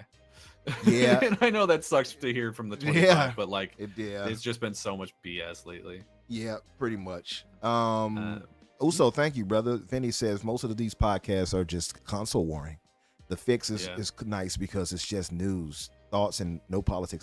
And that's the way we wanted to do maybe it. Slightly too much wrestling. And maybe slightly too much. Yeah. But that's what's really cool right now. Yeah. So Listen, that's what we're gonna talk about. We'll talk about the most relevant of the bigger things that really catch our interest. And the thing is, it's like you say, Vinny, like we don't want to dwell in that. It's just not for us, right? Personally, and again, I'm not going to sell you something I don't believe. If I believe something, I'm going to talk about it and say, this is what I think. If I don't believe it, you'll never hear me talking about it like, oh, 100%. It just won't happen. I just can't do it. And Danny is the same way. Authentic is just in us. I don't want to be fake. And I think you guys are genuine people. So I don't want to give fake stuff to authentic people either. You know what I mean? There's a road and there's a lane for those who want to do those other things. And there are audiences for that. So no shade to anybody. It's just not what we do here. So I appreciate that comment, brother. But what else did we have, Danny and I? Yeah. Take-Two bought Gearbox. They have been unembraced by Embracer Group. Take-Two bought them for $460 million, which is what a steal. I think less than what Embracer bought them for. Way I think Embracer less. was like just over $1 billion or something. 1.3 billion, if I'm not mistaken. Yeah, something like that. Yeah, for sure. In the process of this, there is some good news and some bad news. The good news is they confirmed that Borderlands 4 is in development, which I feel like is kind of a no-duh sort of situation. And also, Borderlands 3 was kind of ass, so I don't know how excited I am for it. Also, the Tiny Tina's one was pretty ass too, so we'll see. But the bad news is that as is the case with a lot of these acquisitions, there were also a number of layoffs as a result of it, because there's redundancies that now exist because they work for a bigger company. We don't have a number on that yet, but there's been some people on on LinkedIn who have changed their statuses and things. So there's definitely a couple of people got laid off there. But honestly, Gearbox probably wouldn't have survived if they stayed with Embracer. So we take what we can get, I guess. Listen, it's a good thing too with Take-Two grabbing them. For me, I think most people, if you hear that, you're probably thinking like, okay, well, for one, Take-Two has tons of money, so they're probably secure. True. That's one. Through two, their quality control is likely going to go up, I would imagine. Because I look at Take-Two, generally at least, as a studio, or at least a platform or publisher, should I say, that kind of has good quality control. What I mean? So I feel like they'll benefit from that for sure. To that same point, I don't actually have it on the rundown, but did you hear that there's a pretty good chance now that GTA 6 is going to get delayed until 2026? I heard the rumor of that, and shout out to my brother Dirt Grickety. He had it in one of his titles from the other day from his show. I feel like that could happen, maybe later into the year. Yeah. I'm probably not the right person to talk about how much of an impact that's going to have in the games industry, because like I personally don't really care that much about GTA 6, even though it's going to be the biggest thing ever. Like it's going to be the biggest game to come out, whatever decade it comes out. I'm aware of that. I've never really cared that much about the GTA franchise. But the rumor is that like, because they're like having all their people come back to work in the office, and they're saying that it's like a security reason, but it seems like there's a lot of reasons for why they're doing it. And it also seems like because so many of their employees are having to relocate, they're not being able to work during that time period. And so because of that, like they're also missing deadlines all of a sudden, and they're like, we might not have this done in time. Well, looking into it in more, that's a little rough. Jason Schreier speaks on it, and he's saying that the rumor of it that Grand Theft Auto 6 was behind schedule is a little silly. All video games are behind schedule, he says. So I mean, that's true too. Yeah, I don't know if it'll be a situation where it's delayed. Listen, I'll say this Also, though. I don't know, because they said 2025 in that one trailer, right? It did. So that was official. That wasn't just like a rumor. It was official, but they could have been talking earlier in the year. Maybe it's delayed to later in the year. For me, the way I look at it now with these games, I'll be honest with you. Even when you look at something like Dragon's Dogma, which is clearly not optimized, it's not ready for prime time at all. That right there, take your time. I'm at the point where I'm like, don't give me anything too soon. If you need, I'm good. Yeah, exactly. We got tons of games out here that I haven't even gotten to, man. Yeah, at this point, get it right. Getting it right and having it ready for prime time instead of having to, where we're the beta testers of the thing. I would prefer you to get it right. And we got the alpha. You feel, but I'm not the alpha, but I said it right. Yeah. I think the alpha is when it's basically finished, right? Yeah, so I said it right. Give us the more finished product. I don't want you to rush out anything to me. That's the way I look at it. So, Dungeon, shout out to you. I think it's my first time seeing you coming here. So shout out to you. Thank you for being here. He blocks everybody for no reason, so don't feel too bad. Yeah, he blocked me when I was in middle school. So what did you say to him? It was whenever Smash Ultimate, I think, had just come out. Yeah.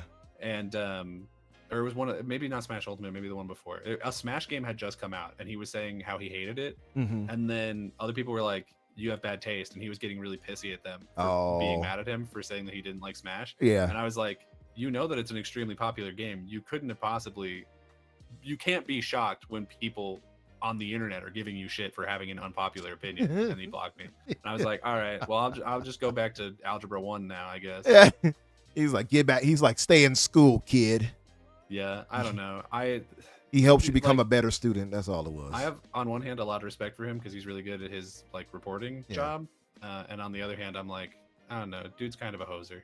Yeah, but he is kind of a hoser. Like, I don't have a big issue with him, but I know he's very sensitive. So I typically don't say too much to him anyway, just to make sure I get the news that I need to get. Honestly, he doesn't. Things he says. Unblocked. I'm one of the few. I'm one of the last remaining. The risen undead. Right.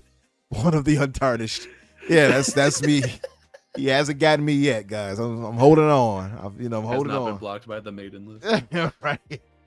But to that point though, he said it's my first time, then I am justified. Yeah. Oh, dude, he blocks everybody. He gets everybody, brother. Don't even think about it. It happens. You sneeze wrong, he'll get you. Abdel just pointed out. He said he made a point where he explained it once. He says, if you make my day 0.1% worse, I will block you. Mother effer is not made for the internet. I don't block people. I just mute them. I do because both. I'm like, I haven't blocked anybody. Yeah. I mute them so I don't see their things, but they can still comment on mine, and like they'll still see when I post a video, and I'll mute them on both YouTube and on my Twitter, and so like they can show up and I'll see that there's like 10 comments and I'll only see 4 of them or whatever, and it's like that's still engagement, but I don't have to deal with it. Yeah. So eat my balls. Yeah. Hey, listen, it is what it is. I feel like if you say something that's too crazy, and I know like you're being super toxic and you're mad at me for whatever reason, or I don't know. If you're throwing out insults and all that, you're blocked. I'm not wasting my time with you. Yeah, some idiots I'll put on mute if they just say something dumb enough, but I'll mute them. Like, all right, that's to the shadow. Oh man, shadows you go. The rejuvenation or whatever you want to call it of WWE has led to a near console. No, you know what? Actually, the flame wars between WWE fans and AEW fans at this point are worse than console wars from what I've seen, because they're calling out wrestlers by name and like harassing these people and like attacking them, being like, this guy put on a little bit of weight. It's garbage, dude. People get tribal about the stupidest shit. And it's like, guys, literally both companies are doing the best stuff that they have done in the last decade right now. Yeah. Just chill and enjoy it. Yeah. Like, it's totally fine. Yeah. No, I'm with you. We can have two good things. It's okay. So, Dungeon, so you were directed to the stream because some topics that piqued your interest, you say?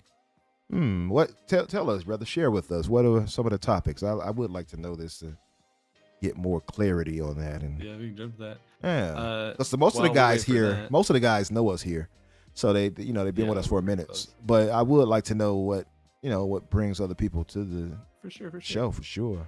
While we wait on the answer there, in other Take-Two news, we got a preview event for Ken Levine's Judas. Judas, that's looking like Um, it's going to be something special right there.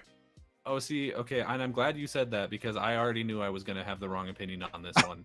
I feel like every time I see this game, I become less and less interested. in it. Really, Yeah, I don't know what it is. you Like, might when have I a first- jaded outlook on these games. You think Maybe, dude. I Yeah. don't know. I think maybe I just kind of suck. I'm about to turn 30, so I am about to be like you're old. the most depressed I've You're ever about to been. be old now, right? I think Um, the youngins, when they say you hit 30, that's it. It's rough. It's Yeah. rough, bud. Yeah. Like I'm not looking forward to it. So Yeah. maybe I'm just in a pessimistic mood. And I Yeah. apologize if that's the case. Yeah. But I don't know. There was some stuff that came out of this where I'm like, oh, cool. So it's just not a game I'm gonna care about at all.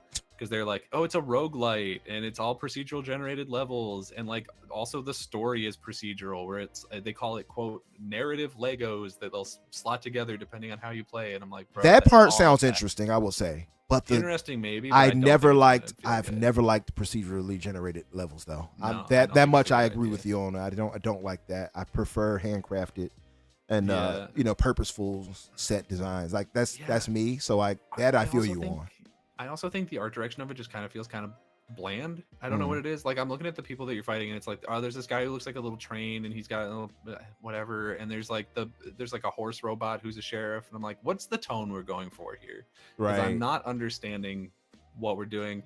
And then I was listening specifically to a Polygon interview about it, and they were talking about like sort of what the narrative leading into it is. Mhm. And I'm like, oh, it's literally just BioShock. Like it's Pretty 100%. They're like, it's a rich Yeah. guy, and he said, "Earth sucks. I'm taking these other rich dudes, and we're gonna go to space." It's City." Elon Musk, Um, essentially. yeah. He went and to I'm space. Like, oh, and also you rejuvenate from like a little pod thing every time you Uh-huh. die, and I'm Yeah. like, bro, like, Yeah. Ken, I get that you had a really good idea this one time, but like also you could have a second really good idea. Listen, let that man milk his idea for what it's worth. No, I get it. I do definitely. Unquestionably, there are tons of BioShock, influence in it. I mean, but I do get you too on what you're saying. It is what it is. But I will say, I'm sure it'll be intrigued I'm by sure it it'll though. be a good game. I Yeah. just like I'm looking at it and I'm just like, wow. Yeah, It hits my eyes like oatmeal, and I don't know why. yeah, yeah. I get it, man. What's up, Sarge? Sergeant Sentinel Gaming. Shout out to my brother. Thank you for coming by, brother. Appreciate you. Got to have you back on sometime soon. Yeah, but from the Judas preview, a lot of people are hyped about it, man. So For sure. it seems like it's going to For be sure. a hit. I hope it is. From what I saw in the gameplay and stuff like that, even before this preview, I thought it looked pretty good. We saw that trailer. What was it? Early this year, or no? Was it last year? Late last year? It was at a Keeley event. I don't remember. That's which right. one. It was the VGAs. So they showed more of it there. I thought it looked pretty good. I thought it looked good then. Yeah. But I wasn't almost 30 then, so the 30. I don't know, man. The There's something level about 30 the has creeping death changed you. That's catching up to me. Yeah. and I'm just not feeling it. It's just a year more or two. You might be yelling at the kids to get off your lawn. It is what it is. It's all over. Yeah. I'm already yelling at my upstairs neighbor. I'm gonna beat his ass. Yeah. I swear. You'll go up there, hit him with the broom. Stop it. Yeah. Yeah. But no, I'm Got like, my curlers in my hair. you actually have the hair for that too. Yeah. I could do it. I Yeah. could. Yeah. Go up there with the curlers. Stop it. What's all this ragged up here? Sure, waving a sandal at him, a flip flop. All right. No, but across this table. gonna be some furniture moving up in here. But no, I'm excited for it, man. I think it's good to see, like great storytellers like Ken and those guys put out good stuff. So I'm all Yeah. for it. I think it'll be Yeah. good. definitely glad. Even if it is aping off his old stuff, I feel like it's gonna be solid. You know what I mean? So For sure. Yeah. Yeah. It's been a while since we had one of those games. So maybe Mhm. by the time I am actually playing it, I'll feel different about it. It's just I don't know. Right now, I'm just not getting hyped for it, but it's fine. Like because I other get people are. So Yeah, 100%. so it'll do fine. Yeah, and maybe it might not be as great. We'll see. Like hopefully it turns out well. Eric says oh, here's some news. My 3-year-old son is playing Sonic rather well. All right, he's going to be the next dude. Everborn. Keep him up at it, Eric, and he's going to be repping it like Everborn does Sonic. You got to put him up on the older stuff. You know that, right, Eric? Yeah? You got to put him up on the older stuff. Sonic, he can really move. Sonic, I wonder if he's got Eric, you have to let us know. Did he get into it because of the movies? Because that would be my guess. More than likely, I would have guessed. 3 years old, yeah, definitely. For sure. But that's Those dope. movies are apparently really good. I haven't seen them. You know what's crazy is that he's saying his 3-year-old son, and that didn't even register to me how young that is, and to be able to have the motor skills for that. But kids nowadays, it's impressive.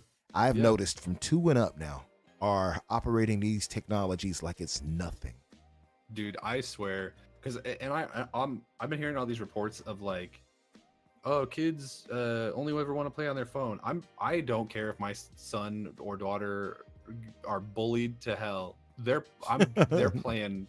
I'm starting them out at like before they start school. I'm starting them out on a PS2, and that's where they're starting. that's and nice. they can deal with it. Hell, give them an NES or emulate it or something. I don't know. You can emulate it off your PC. You got a strong enough PC to emulate all the way up to the Wii Plus. True.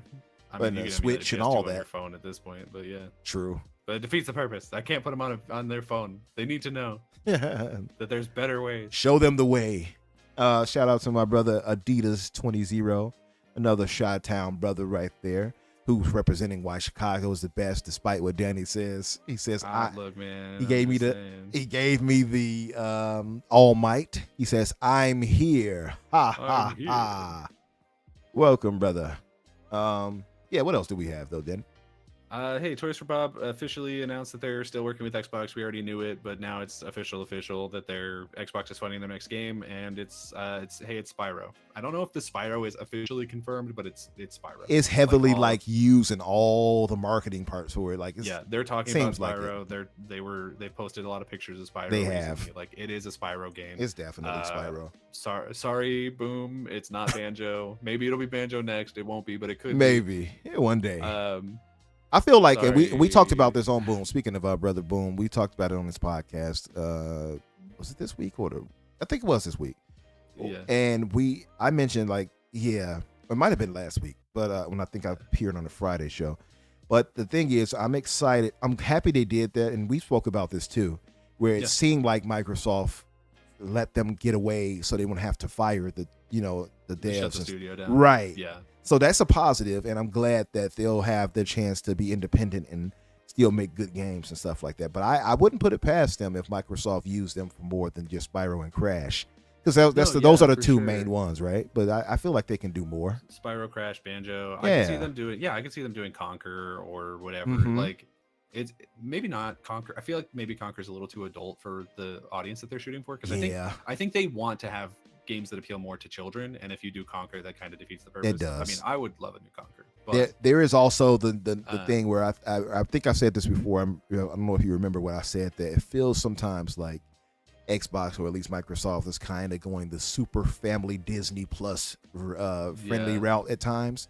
And now you're seeing more of that now because of the whole thing we saw where they were like, hey, we don't want exaggerated bodies and all that. You saw that recently? I saw that, but I don't know if that was that confirmed or was that just like hubbub? I think it was confirmed. But though, you never know. It was basically a screenshot of alleged internal documentation.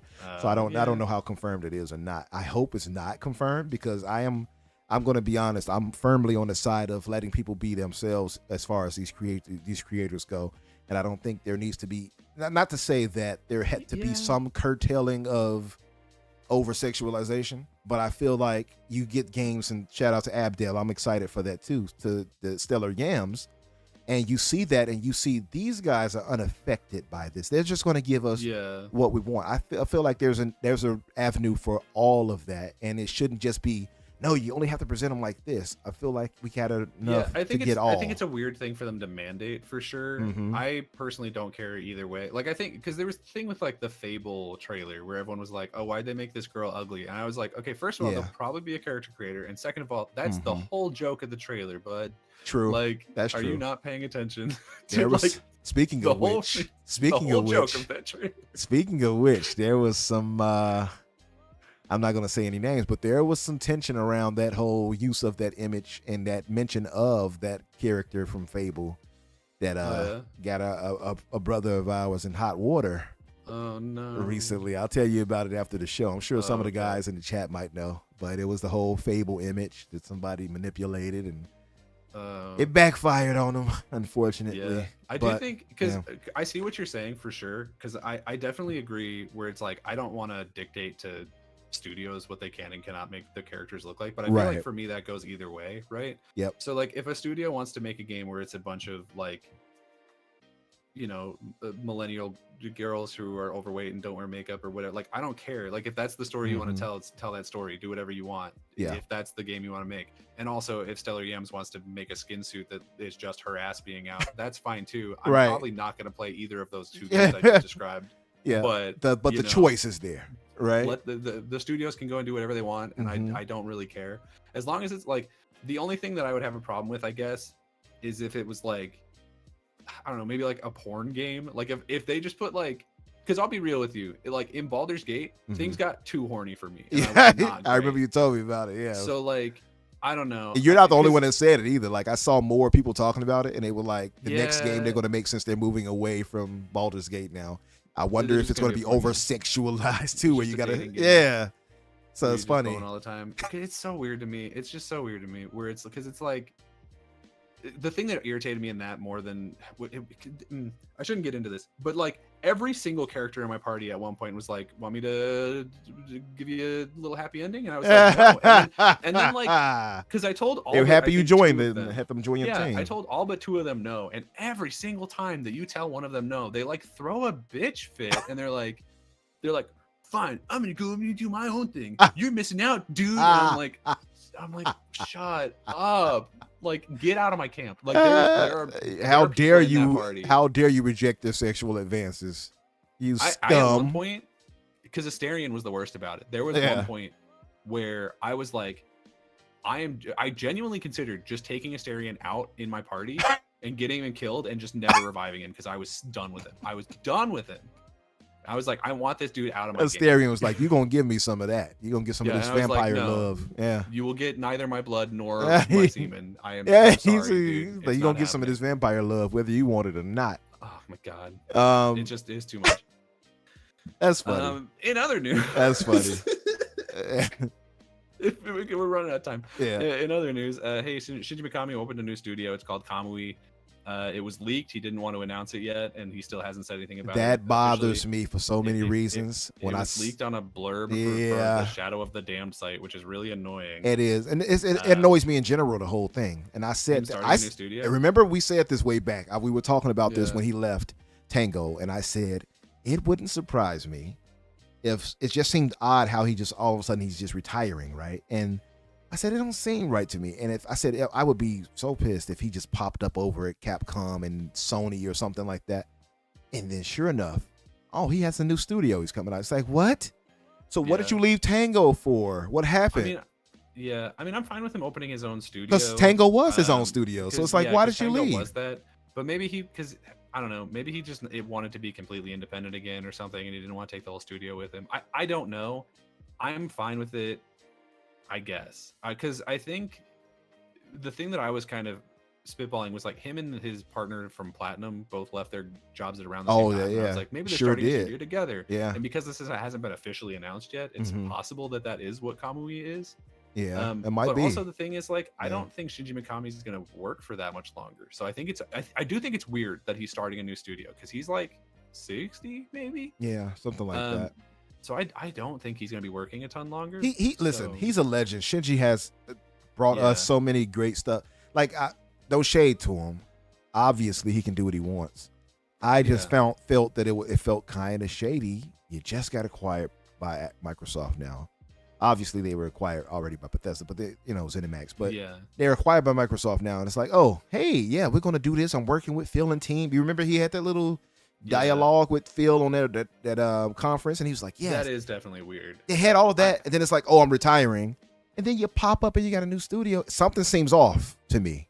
Yeah. I don't know the Well, working I do feel like machinations this behind might the have scenes, been- but yeah. Yeah, I do feel like this might have been in the works for a little while though, because he wasn't really involved in Hi-Fi Rush. He wasn't super involved in Ghostwire. So it's like I think that he was sort of distancing himself. And I think with those last two games, Tango has proven that like they're still a really good studio without him. So like I think it's fine. I wish he had stayed because he was sort of the vision behind Evil Within, and I want a third one of those. Yeah. But if he goes someplace else and he's making good games and they're on Xbox, like the platform that I want to play on, then I'm fine. That's all we can ask for at the end of the day. Yeah. Yeah. I just felt like we had this legendary creator, and then he's like, "Oh, I'm out." It's like, "Oh, See ya, damn. buddy." Well, hey, you got to retire. We get it." Then you Yeah. pop up though, and I said it as a forethought. I said if he pops up somewhere else, like I feel like he's gonna be like pop up at Sony or Capcom. If he does it, I'm gonna be a bit pissed. So I'm a little pissed, just to be honest. But That's fine. you're right though. It's I the get that. bigger picture is that so long as those games is not like, oh, it's not going to be on Xbox, because I have a fear that could be the case. If they start being like exclusive to PlayStation or Yeah, something, then then- I'll be confused. Then I'll be like, oh, Then I'm going to okay, be ticked buddy. again. Exactly. But Abdel in the chat actually, he says, Jez said he wanted to leave earlier, but was afraid ZeniMax would close down Tango. After Yeah. Microsoft acquired it, he felt he could go without fear of them closing. I did hear that, and I remember Jazz speaking on it. So I if do. That's true, that is then, like, true. I get it. I get it. That's fair. But then at the same time, even if he was like he wanted to leave earlier, he wanted to leave earlier to start a new company? Because you got Tango and you sold to ZeniMax, like knowing that you wouldn't be independent anymore. Yeah. So I don't understand it fully. I don't know. Well, But just to read a few, Eric said he has watched Sonic X and Sonic Boom a few times. So the original Sonic on the tablet, and Factions on the Xbox. And Shooter says his great grandson, twins, 2-year-olds are already trying to play games with him. That's dope. nice. And the very Make them play generous, horror games. the Just to very mess those kids up. generous $5 donation from Adidas 20. Thank you, brother. Jeez. And what else do we have? People are mad at Dragon's Dogma right now because they added microtransactions to the game. I haven't played the game, so I don't know how egregious they are. So this is all based on things that I read when I googled. I what know these a bit were. about it. We It spoke looks about like it. they added.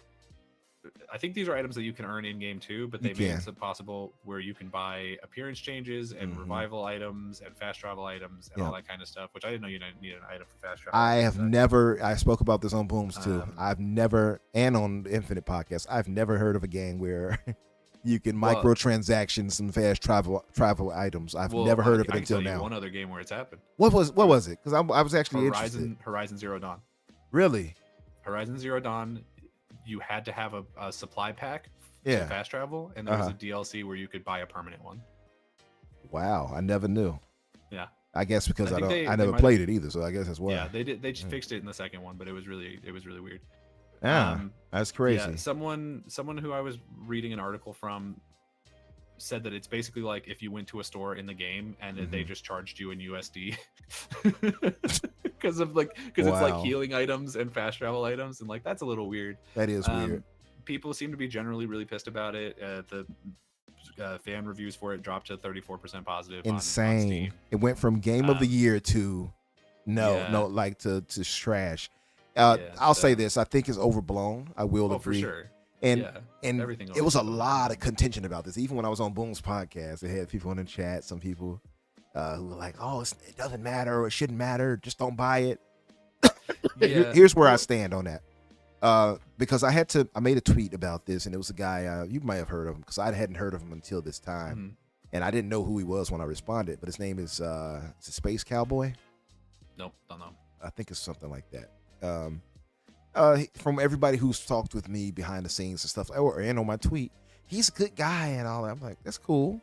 But the tweet that was captured was talking when he was speaking on the microtransactions, and he made a really ridiculous straw man by saying that here's the thing: if you don't like microtransactions, and if this is what you're standing on about this with this game, then don't buy any game that has microtransactions in it. It's like, what?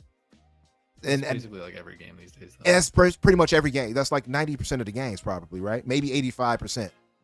And I thought it was just ridiculous because it was like, yo, I can like something, but not like everything in it. I can have issues with a game and still like the game. So I spoke on that and said that, and there were some people, no. Some people cannot have two thoughts at the same time. That's the problem, yeah, because people act like there's no nuance to anything. Is it Fighting Cowboy? Okay, thank you, Erickson. Oh, I have heard of Fighting Cowboy. I don't know Fighting but Cowboy. I've heard that name before for sure. I don't remember where though. Yeah, and that's the thing, right? So I don't think he's a bad guy, and I didn't insult him or anything, but I just pointed out his argument there, and I think he was because he was so pissed because somebody I think alluded to him being a paid shield for the game, but I don't think he was, and I understand his anger and being called that. Nobody wants to be like, I was really pissed when somebody had said, oh, they were mad at me for critiquing Halo Infinite way back before it released, and we start hearing all these things that we're not going to get. And I was like, why are they doing this? So just delays for this, then, if that's going to be the case, or whatever, right? I forgot some of the arguments now. Somebody was like, oh, you're a crap gamer, and I was heated. So I can imagine how it feels for somebody like him that is trying to be genuine, and somebody calls you a paid shield. I can imagine how that must feel, right? It can't feel good. So I think because of his anger, he said something really ridiculous. So my only argument was, hey, that's a ridiculous argument. That's a ridiculous straw man. You're saying the extreme of something, and nobody operates like that. We all have things we consume in any form of media that we don't like some part of it. You know what I mean? And microtransactions in themselves, none of us really like them, but we know it's a part of gaming now, right? So I'm not going to be like, oh, no transactions ever. It's going to happen. And I'm a cosmetic thought when it comes to those types of things. But that's not something that implements and forces gameplay aspects. So the problem I had for Dragon's Dogma is that it influenced gameplay aspects. That should never be a thing. Even when you mentioned Horizon Zero Dawn, which I'm glad you did because I asked people and nobody really knew but you until now. So that's because I remember distinctly because I was like, that's a choice, dude. That's really weird. Yeah, it's a weird thing. And I think if the line for me would be where you cross into actual game mechanics. There should not be any DLC microtransactions that influence that. We should have everything we need in game. And because it crosses into that territory of us getting games piecemeal, right? We getting games piecemeal and being the beta test. Like that's what it starts to feel like. And it's like, oh, what else can we force on you and take away and put it as an extra thing you have to buy that should have been included in the main game? That's the part where it gets cumbersome and annoying. And I know some people are like, well, it's not that big a deal. You're going to earn this. That's cool. But listen, this is a thing that's, by the way, that's only centered on console gamers. And this is part of why I waited to get Dragon's Dogma, and I'm going to get it on PC. Because people have already put out Nexus mods for where you can just download it. You can add all that to it. So you can bypass all that nonsense and give yourself 1,000 or whatever of all these crystals and everything else, which is what I'm going to do, by the way. I'm letting you guys know ahead of time. I saw this getting compared a lot to the Devil May Cry 5 microtransactions. Oh yeah, I saw that too. Where you could like buy a bunch of like experience or whatever, basically. Yeah. And that one didn't bother me at all because I was like, well, it's a single player game. I don't know, maybe if like leveling up in that game was really rough and you had to replay it wasn't like that bad. Or something. It wasn't never played that it, so I don't bad. know. Yeah. But like, it's a single player game. I don't care about people like buying boosters in single player games if they want it, because like that was also a thing in whichever of the Assassin's Creed open world games it was, where it's like, oh, you can level up however much faster, and I never had any problem in those games leveling up, because I mean, I'm one of those guys, I play those games and I do everything, so I'm always, that's how I am. Yeah, the biggest bestest sword I could possibly be swinging at that same point. way. Yeah, so it never bothered me, and I'm seeing people in the chat saying like it's not that big of a deal, you wouldn't notice it if you weren't looking for it, like, and that's, I get that. That's totally fine. I'm glad to hear that. I do agree with you that I think putting fast travel behind a paywall is weird. I don't know how hard or easy it is to earn those items in the game, so I don't know. That would be really dependent. Like if it's the sort of thing where it's like, oh man, I want to fast travel back to town, but I already used my one that I'm gonna get this hour or whatever. Guess I'll walk for 10 minutes back to Hoboken. Like, that sucks, dude. That sucks. Yeah. I wonder, guys, is it buffering on you guys' end? It looks like it's buffering on my end. I want to make sure it's. Shooter's saying it is. Yep. Give us a second, guys. Hopefully it. Oh wait, back no, on. he's just talking. Never mind. I misread his comment. He was just complimenting Okay. Alfie. Yeah, it looks like it might be buffering. Let me make sure we're good. Let's see.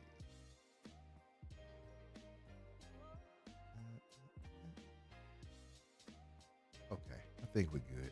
It looks like it's all right. I've just got a couple more things here on the rundown. The next one I've got is hey, Marvel Rivals exists, unfortunately. Is it like a MOBA?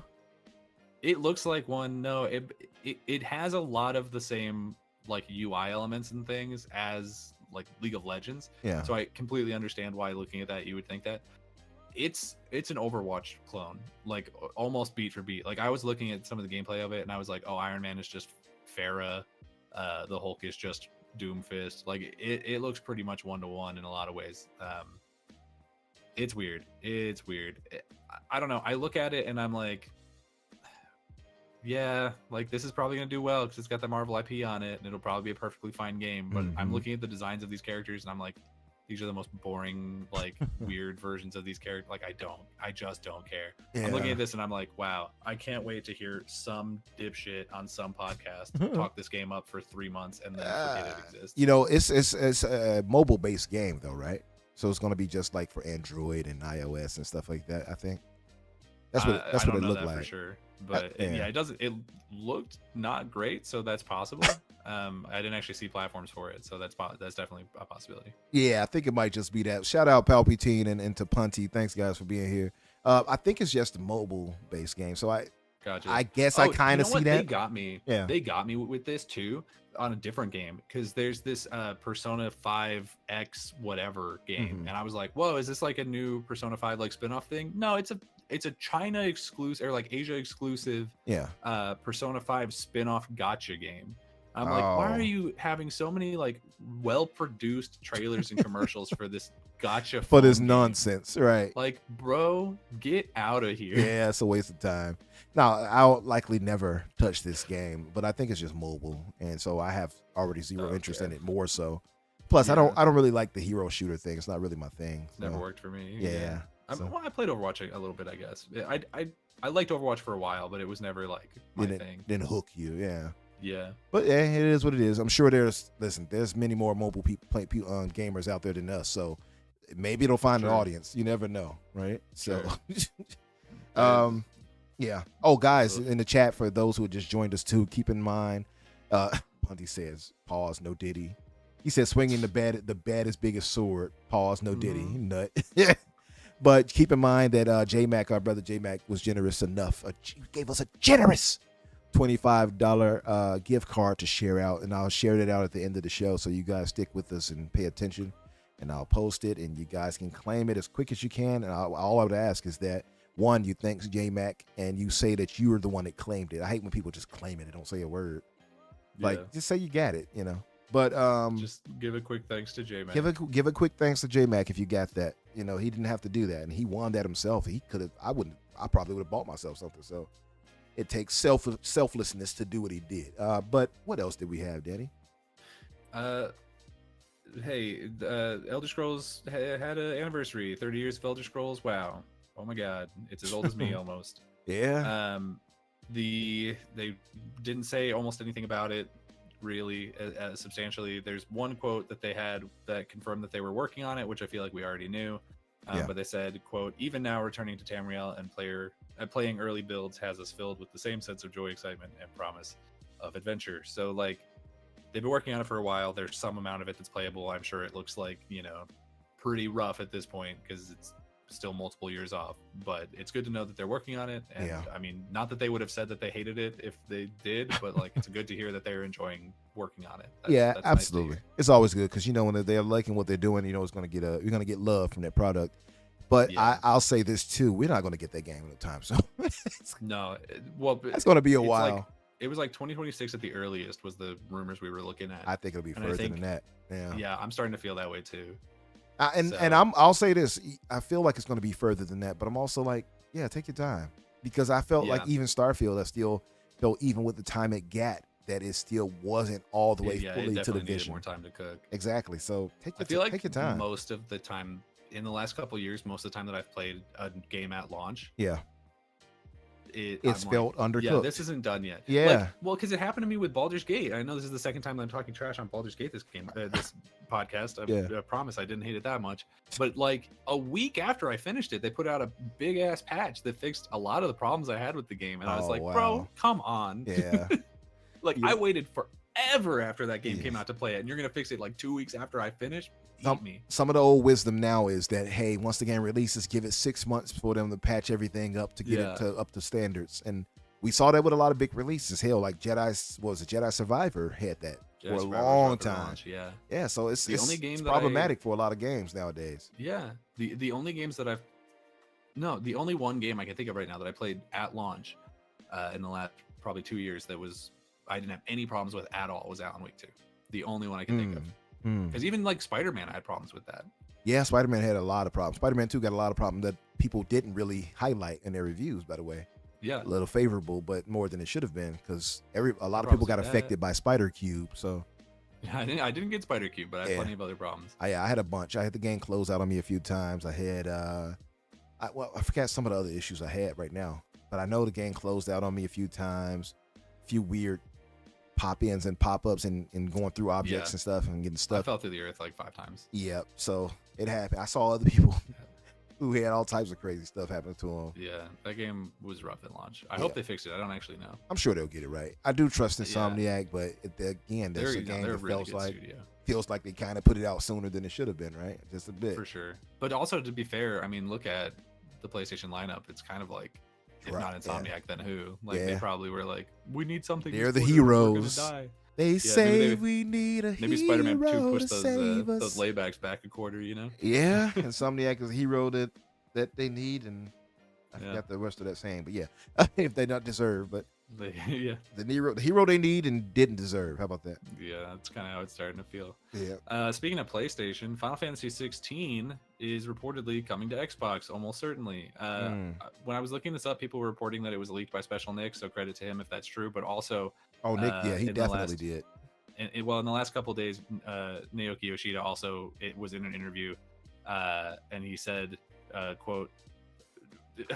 He said that they have the PC port coming in the near future, and then said, "quote," and hopefully moving to other platforms after that. So he basically was like, "And it's coming to Xbox." So I mean, I don't know. I guess Nick must have said something before that. Nick was actually on my brother podcast. I guess I could say sister podcast, but that sounds kind of weird. It was on Riskit's podcast, and we had him as Gotcha. a guest, and we talked to him, and I think I squeezed that out of him actually. Way to go. Pause. So I think it was me to talk to him about that, and he's like, "Oh, I can confirm this too. Yeah. Final Fantasy 16 will be coming over." That was Yeah. the news I was excited about on my show when I said I'm not touching this. Y'all like my special Nick accent? I thought that was Yeah. pretty authentic. That's pretty cool though. It's good to see. I mean, because I don't think we were going to talk about this, and I don't want to go on too long because we're already running out of time. Yeah.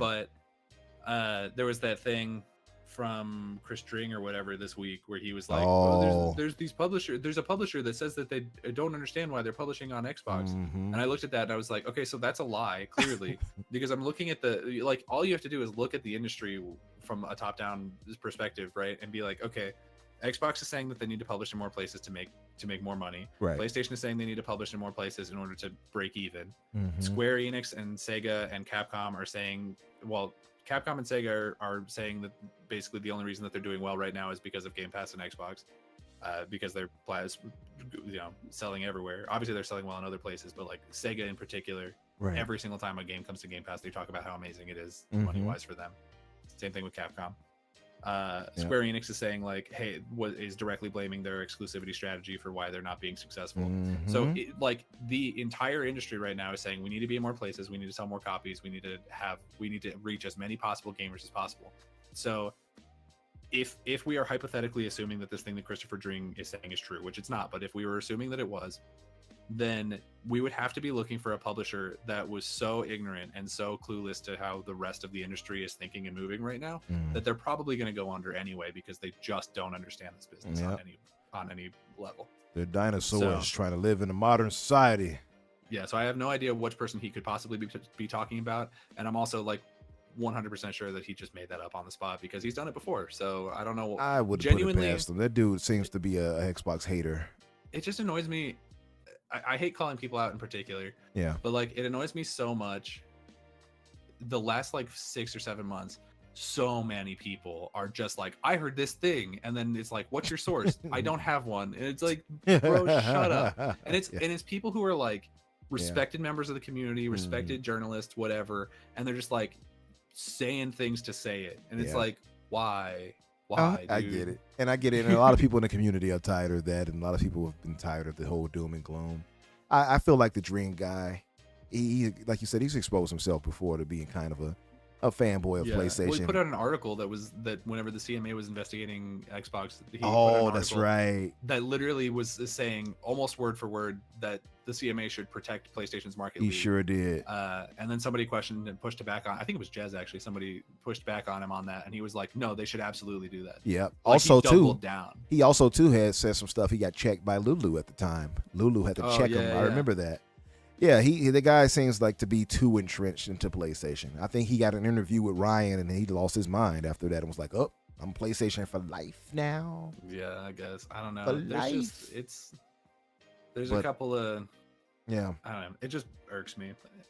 Yeah, I get it. We should move on. I get it for sure. Was that about it, or we had anything else? I've got 2 more. They'll be really fast. I don't think we'll have anything to say about them really. This next one's just for me. Guild Wars 3 is in development, baby. Guild Wars 1 was one of my childhood games. I played that game like for probably over 1,000 hours. Like, I was in deep.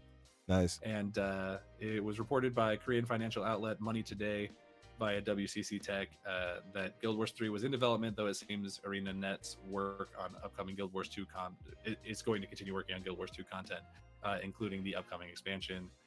It's the priority for their North American team at the moment. So like they're not officially saying it, but they said it in like their financial calls basically that they're working on this new game, and I think that's really great because I don't know why, but I kind of bounced off Guild Wars 2, couldn't get into it. Maybe it was a time thing, but I will make this promise to ArenaNet right now. When Guild Wars 3 comes out, I will be playing it 100%. I promise you that. And Guild Wars is an MMO, right? Yeah, Guild Wars 1 is, and I'm biased for sure, but it's my favorite MMO for sure. I think it's at least for the time it came out, probably the best MMO. Nice. I do want to get venture into that MMO thing, man. I see some of these games. I'm like, man, if you ever want to jump into a SWTOR or an original Guild Wars or something like that, you let me know. I'll jump in with you. I'll let you know, because I do want to try it out, and I feel incomplete not having touched certain genres. You know what I mean? That's like, fair. I want to have to have had that experience to say, yeah, I played this, I played that. So I do want to expand on that. So I think I will eventually. I don't know if it'll be ESO or if it'll be one of these Korean like the ones. whole thing. You know, if you That's true. You bounce off it. But I feel like you have to put so much time investment into these things. That's the problem. True. For me. Yeah, they take a lot of time to even get to a point where like you're playing the actual game. That was my problem with Final Fantasy 14 is you kind of have to play through the not Realm Reborn. I think you know what, you can probably skip it at this point, but when I started it, they were like, there's the original story before A Realm Reborn that was really bad, but you have to play that if you want to understand the story fully. And I was like, well, I'm a story bitch, so I gotta know. And so I was playing through that, and it was really rough. And they're like, well, it's like, it's like 50 hours of this, and then you get to the real game. And I was like, bro, I'm not. I'm sorry. And also, for some reason, my friends were playing on an RP server, and everyone was being like real weird, and I was just like, homie, I'm out. I can't. Yeah, my time here is done. I've done my time. See ya. I paid my dues. What else do we have? Absolute last thing I've got here is we finally got a trailer for My Hero Season 7. It looks really good. Nice. I love My Hero Academia. I think its fan base is garbage, but it's an amazing show. What's up with the fan base lately? Yeah, I've heard people saying that. Fan base is bad. Fan base is horny, and fan base will like absolutely fight in the streets over like oh, our shonen show is better than your shonen show, and I'm like, Oh, look, My boy. Hero is really good. You don't need to be a dumbass about it. That's crazy. People turn but no, rabbit like that over it. Yeah, so I've read the manga through what I'm assuming this season is going to be, and it's going to be wild. If you're not caught up on My Hero, the last season Forget where I was amazing. Season 6 was amazing. Yeah. Season 7 is going to be really good too. We're leading into, because the manga is, I'm not caught up on it, but I'm pretty sure it's either done or it's ending soon. Okay, yeah, I got some catching up to do. Actually, you know what? I think I'll get back on it tonight, man. I'm going to start back up. I think I might be about 100 chapters back. That's how far back I was. Maybe less, maybe slightly less, but that's how far back. Like the last part I remember was him being run ragged, running everywhere to prevent All For One kind of locking down where he was at. When he starts like awakening his other powers. Yeah, that's pretty much where I was at. So that's season 6. So you're pretty close to where the season 7 is going to pick up. Yeah, because season 7 starts with Stars and Stripes. I loved her. If you know who that character is. Yeah, she was dope. Yeah. I felt so mad that it felt like cheated. Like there's no way. Yeah, I won't say much, but I thought like, come on, that power, that's a ridiculous power. No way it should that have happened. No way. Yeah, I was like, get out of here. That was an ass pull to me. But it's gonna be really good. It's gonna be really, really good. And that, if you haven't seen the anime of that part where like, God, what's his name? I almost said Shirahoshi. That's the mermaid from One Piece. You talking about the damn dude with the hand face? The dude with the hands. What's his name? What's his name? Chat, help us out. Damn you, chat, help us. Help us. It starts with an S. Starts with an S. I cannot think of his name. It is. What is his name? Hold on, I got it. Shigaraki. That's right. Shigaraki. Tomura Shigaraki. Yeah. The last fight that they have with him in that season is insane. It's so good. And like it's the season where all of the people in class 1A and class 2 or 1B, right, like all of them start being real characters and having like real motivations and are doing really, like everyone has something to do, and it is the season of just like things coming together. Yeah. And there's that part, I mean, you'll know it from the manga, but there's that part where, without spoilers, like the rest of the team is trying to like help Deku, and they're like trying to catch him so that they can talk to him, be like, bro, we are here to help you. Yep, that's where I was in that general. God, that moment was so good. In the anime. That's kind of where I was at. I was just slightly past that part, like for sure. Yeah. Highly recommend getting caught up on the anime of it, because those fights are flashy. Yeah. Okay. I have to do that then. I have to do that. But that was our last one, right? Yep, that's all I got. Okay. So let me transition. And there we go. So this is our main topic, guys, and we're going to cover this as well as, and we're going to try to kind of, it's not a whole bunch to really say on this. And so that's part of the thing, because we spoke on this before, as far as the topics. Well, let me just get to it. How about that? And the way you guys can understand where I'm going with this. So 2 things. This right here, we had leaked. I want to, matter of fact, let me look up the gentleman's name so I can be sure, because I don't want people like, oh, you should have credited this person. And let me find it to make sure. Where is it? On my timeline. Okay, so I shared it out the other day, and I asked the audience, I said, hey, alleged images of the all-digital Xbox Series X has leaked. Are you guys feeling it in white? And Jazz had responded, and he sourced it to EXTAS1S. I'm going to say Extas. Spanish, Hispanic sounds as brother. good as I would have said. So. Right. Extas. He's our Hispanic brother. He apparently is the one who put this out there first. Go, bud. Yeah, so shout out to him. I'm not quite sure if that's how you say your name or not, so forgive me. But Extas, he has a ridiculous amount of followers now that I look at it. He has 34,000.2 followers. If you're a fan of the show, let us know to say your name. That's right. shout us out and follow me so then I can decide to follow you back. Let me stop. I'll just give him a follow now. How about that? So Xtos shared it out originally, apparently, and it went on from there. So Tom Warren here on The Verge. Shout out to our brother Tom Warren.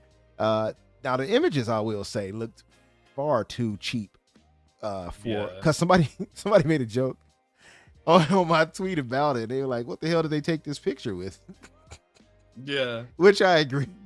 Took it on a Polaroid. I couldn't help but laugh because it's like, what did you use for this? What potato did you use for this? It looks way too shoddy. But that might be influencing my opinion on how the thing looks. I don't think it looks good. I think it in white is kind of ugly. It is kind of, I will say, it looks like a refrigerator for sure. Like people were like, oh, it looks like a refrigerator when it's in black. When it's white, it's a fridge. For sure, 100%. Yeah, 100%. Yeah. And I know it's cube shaped, so it's kind of hard to escape that. But I will say, like, it's kind of hard nowadays, the shapes they're going for. Even the cylindrical one that we had saw. Yeah, I don't think I want a cylindrical one. Yeah. I feel like my thing is like this a humidifier. It does look like humidifier. You know what? It does look like that. But this is my thing on it too. At the same time, it's kind of like, okay, let me read a bit of this and I'll give my thoughts. It said it looks like Microsoft's plans for a bigger Xbox Series X refresh might have changed. Tom Warren says. He says Microsoft appears to be readying a version of its Xbox Series X console without a disk drive. Xputer has published is that how you say his name? Xputer? Xputer has published a series of leaked images of the white Xbox Series X, showing that it's a diskless system with the same design on the exterior as the existing black Xbox Series X. The white coating appears to be identical to the Xbox Series S Robot White that Microsoft uses on its smaller $299 console. Xputer reports that this white Xbox Series X will have some internal components upgraded. Okay, so there is that, including the heatsink used to cool the console. The Verge has seen additional documents detailing changes to so he's seen some things. And Tom Warren, if he's seen it, you know that you could trust that it's pretty legit, because Tom is pretty legit with his. Detailing changes to the white Xbox Series X that suggest these leaked photos are genuine, but we've reached out to Microsoft to comment. Xputer claimed, and there's the cylindrical one there, as we can see, last month, that this white Xbox Series X could arrive in June or July, priced at $50 to $100 less. Oh, wow. Okay, that's a W. I didn't think that was going to be the case. So if it's 50 to 100 less, I can see 50. I doubt they'll go 100. But then at the same time, I am seeing Xbox Series X's right now going for 300. So maybe 350. I saw somebody post. Yeah. So it's possible. For the price of the $500 retail price of the Xbox Series X, if Microsoft is planning to launch this particular diskless Xbox Series X soon, that would suggest that the company has canceled or pushed back the refreshed version of the Xbox Series X console that leaked in the FTC versus Microsoft documents last year. Things changed, so I can see that. Codename Brooklyn, that an unannounced console refresh featured an Xbox Series X design that's a lot more cylindrical than the existing console or this new rectangular one, though it would also have no disk drive. Microsoft described that console as adorably all digital. I remember when we first saw the documents, I'm like, why is it called adorable? Like, why don't you call it that? It's adorable. Who said that? Like, take that out of your dialogue when you talk about this. We don't want to hear that. Hey, can I get my adorable Series X? Get out of here. In internal documents, and it was supposed to ship with a new controller. Now that's the part I'm excited about. In the Xbox Wireless 2 connection. Now, out of everything here, this is why I said at first I was going to say, like, I don't know who this is really for, but I guess if it's $100, $50 to $100 less, and it's got upgraded parts, let's say, I think there's rumored to have a 2 terabyte internal. That's a W. I can see people who have not got a Series X yet saying, yeah, let me get that now. That makes perfect sense for them. For me, I would need that new controller, because that's the one that's supposed to have the haptic feedback and all that in it. See, okay, and I'm glad you brought that up, because I really hope that Xbox puts out a controller with haptic feedback, and I know a lot of people are going to hear that and they're going to be like, oh, he wants the haptic feedback because it's really good. No, I think haptic feedback's a joke. I think it sucks ass, actually. I play it on the PlayStation and I'm like, this is just vibration. Like, we can call it whatever we want, but this is just weak ass vibration. And they trick you into thinking that it's more by playing sounds through the controller at the same time, but if you're wearing headphones, then you can't even hear it anyway, so it doesn't really matter. Anyway, it Yep. doesn't. I think it's stupid. So I need Xbox to do it too, so that I can stop hearing PlayStation people pretending that it's the best thing in the world. Because as soon as Xbox you're does not it, wrong. it'll take the shine off it. Yeah, then you're I not can stop wrong. hearing about it. Yeah, that's then a good I can point. stop hearing every single time a video game comes out, and they're like, "Yeah, but when you play it on PlayStation, like you can really feel the roar of the engine, man." And I'm like, "Yeah, you could feel that in the controller on the Xbox One for Forza, and they talked about that at the launch of the Xbox One. This is not new technology. Yeah. Get off yourself." Yeah. No, you're not wrong there. I've seen that used so many times, especially when it comes to reviews. Well, on PlayStation, an added benefit of the haptic Oh my feedback. god, you can really feel the web when you play Spider-Man. Like, no, you can't. No, you can't, dude. I played Spider-Man. I played a lot of hours in Spider-Man. No, you can't. Yeah, it's so stupid. I'm so tired of that stupid talking point when it comes to that. But I will say, like, obviously for us, and it's double so for me because, and for us, both of us have high-end PCs now. Mine's is coming. It kind of feels like that's not enough. Now, next gen, of course, that's where I'm like, yeah, of course I'm going to get the next Xbox. And the reason why I'm more inclined to get the next Xbox, Danny, and I have it in a thumbnail for this, is because now there is talk, of course, I'm sure you heard, of Steam and Epic implementation into the Xbox, the next Xbox. Yeah. So I don't know if you guys were with us before, but maybe about January, if not late January, we had our brother Post Up on a show. Shout out to Post Up, my Chicago brother. And on that show, we got to a point where we said what we would like for the next gen.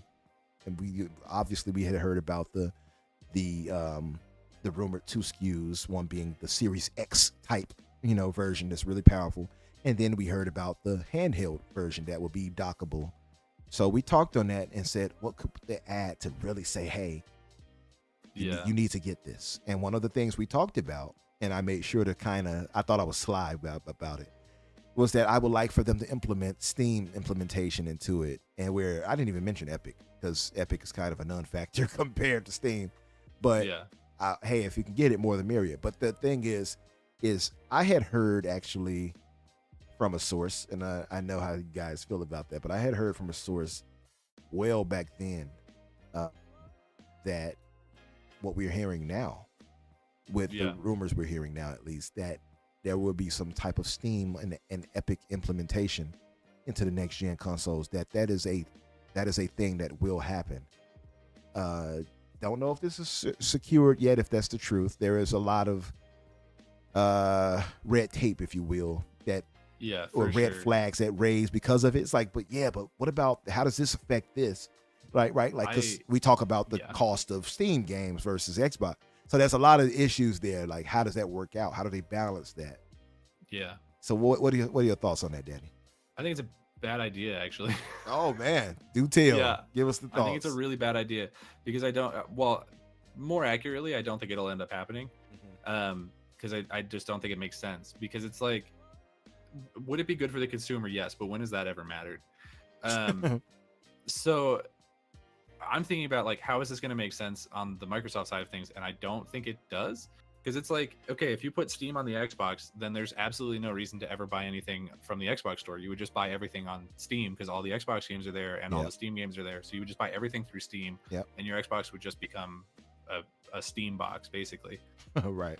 So they would have to find some way to either get a chunk of whatever sales happen on Steam through an Xbox, which I don't think Steam would agree to, because why would they? They already own the largest singular market in video games, being PC. So why bother? Why would they do that? True. And secondly, like, even then, Xbox would still just be losing money on sales by doing that. So I don't think it really makes sense. Like, it'd be cool, but also the other part of it is that, like, I look at the Steam marketplace and I'm looking at all the games that are there. There's a handful of games, like, because I know that the thing that people really would like from this is that, like, with PlayStation putting their games on Steam, then that would mean that you would be able to play PlayStation games on your Xbox, which would be crazy. And so, like, that would break the internet for sure. But I almost also think that that's another reason why I just don't see it happening. Because, like, man, I don't see PlayStation being okay with that. I don't see Xbox being okay with losing all that money. I don't think Steam would give up a cut of the money to earn that. Like, Okay.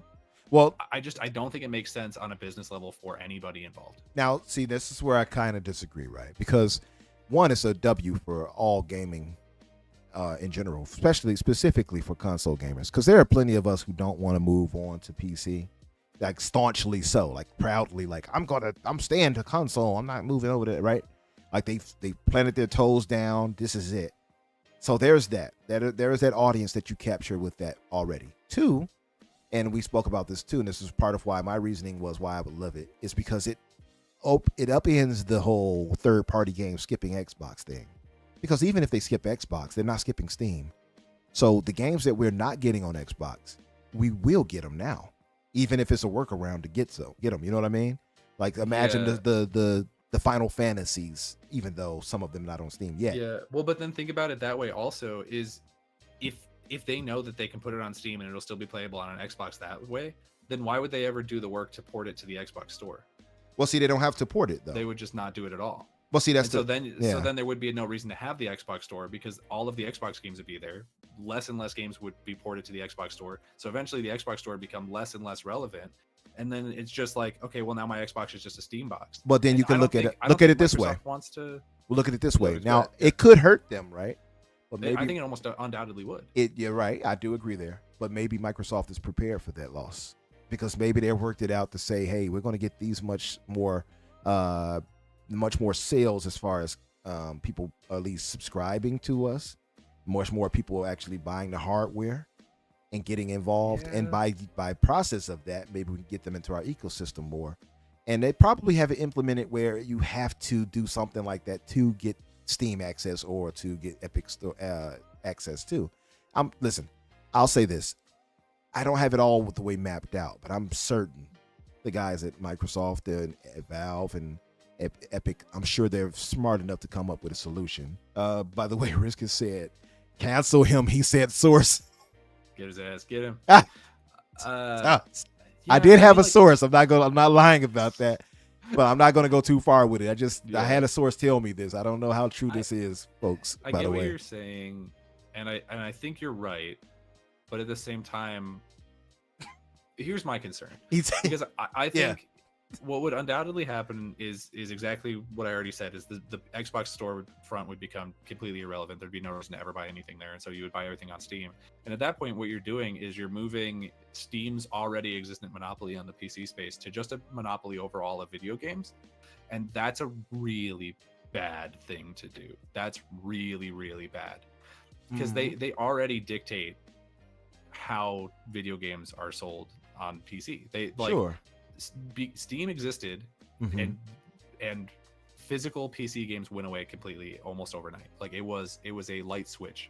Now, and like that's, I know that you don't care about physical games, which honestly I do think the physical games are even going to come back around, because A, everything is cyclical, and B, I think people are getting sick of the whole not actually owning any of their things thing, and it's only going to get worse from here.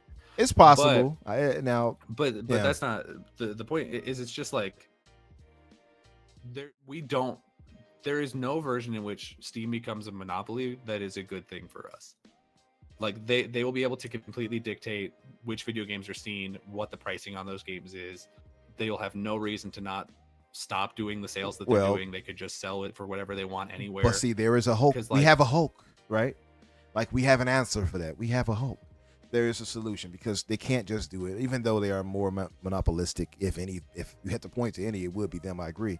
However, we do have the FTC in place for things of that nature, so they can't just go all willy-nilly without any types of checks and balances, right? There's one, and Gray made a great point. Can the FTC force other companies to still port their games to Xbox? Because if not, not that, but as far as them having monopolistic things where they can say, oh, we can only get this through us, and now since we can only get it through us, we're going to raise prices like this or do that. They can't just do that. That much they'll get in trouble for. But I'll say this too. I think Gray made a great point, and he pointed out, he said that they'll just make the prices all across the board the same. And I think that's probably a compromise that they'll do. They'll just say, yes, you can get these games here, but you won't be able to get them at the discounted price that you would on Steam. Maybe you just have to buy them at the same price.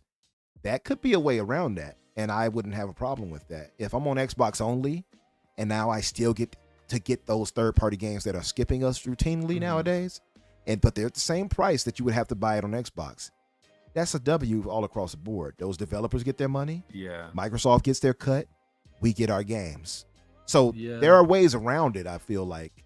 Well, you know what I mean? That's the other thing too, is like, if you're gonna do that, then why have Steam at all?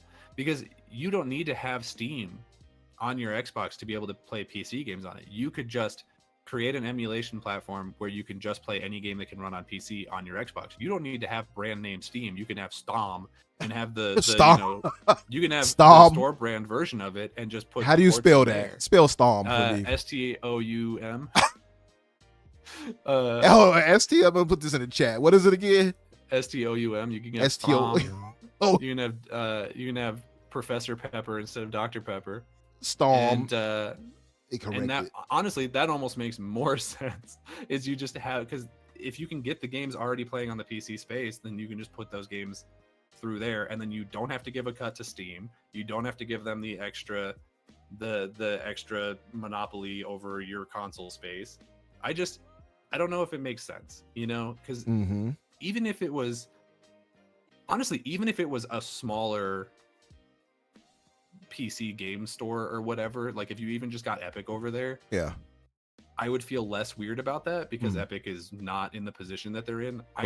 Steam already has too much power, and they control the PC space in such a dramatic way that like indie games live and die based on how Steam treats them.